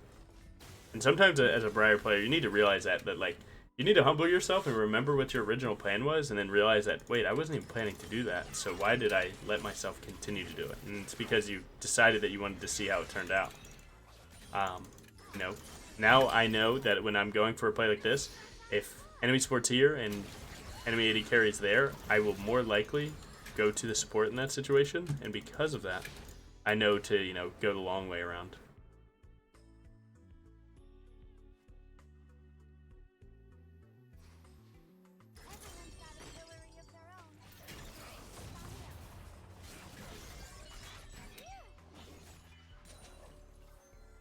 I'm not going to overping Otacon. At like 4, you start annoying people. At 2, you're just like bringing it up.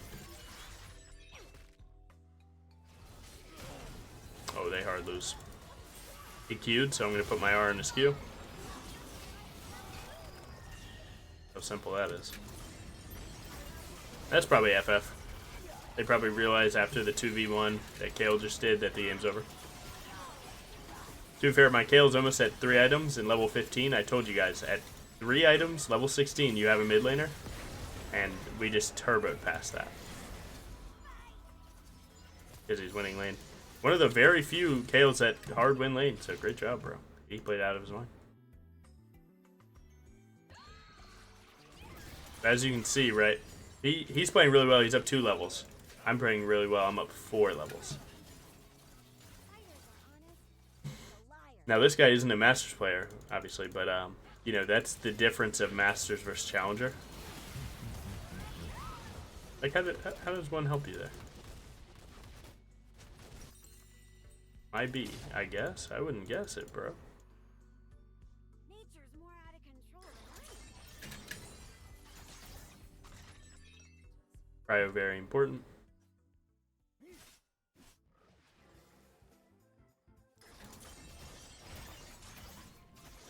I don't know where Gangplank went, but because I hit that mid wave, Master Yi cleared that mid wave, and that gave me a timer to steal his blue. And he's probably thinking, dude, Briar was just here. How did she get that so fast? I'm like, yep. Pretty quick when I have a lot of damage items. Now, this is a rare build that you see me do. So, if you don't know much about, like, traditional bruisers, they have this build where they go their damage items, and then their core damage items, and then they go Death Dance and Maul. And that's so much defensive capability, not much health, but defensive stats, and just how the passives work together, that it's like an insane interaction. So, one thing that I'm for sure going to do right now is actually do that build. Just because, like, I could outlive and do Briar things with Sterix Spear Visage, but if I do DD Maul, which is like in a very rare circumstance, it's like one of the best things. You can actually be in fights a little longer and deal a little bit more damage. Don't ask me to like fully explain this one. It's kind of like you really have to just understand what the build wants to do. Like the build wants to deal a lot of damage on a burst, but also like get the Death Dance passive to drop. So like you have to know that you'll get a kill, get the Death Dance to drop, and also need a magic damage shield from bursts. It's like a lot of constraints there. Come on, man. You know I buffer those in 2025. Come on, man. This is on me. Where's my Rift at? Rift should be dropping here in a second. Yeah, there it is.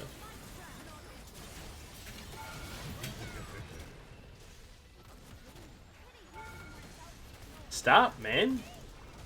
Hurts. You're not seeing this coming, right?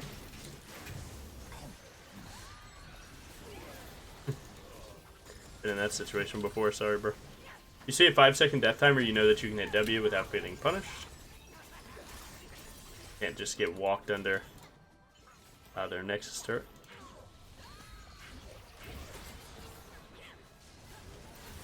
Show some good buffers there. So like, right, I can buffer E into him walking up, and then when he throws his E, I can Q away. And there's cool little interactions you can do. This game is really tough. Nice. I think we've done it. Is that 6 games? I think we went 6-0 once again. These guys played insane. Like, my bot lane was really cool. I don't have enough honors, but my laners were insane.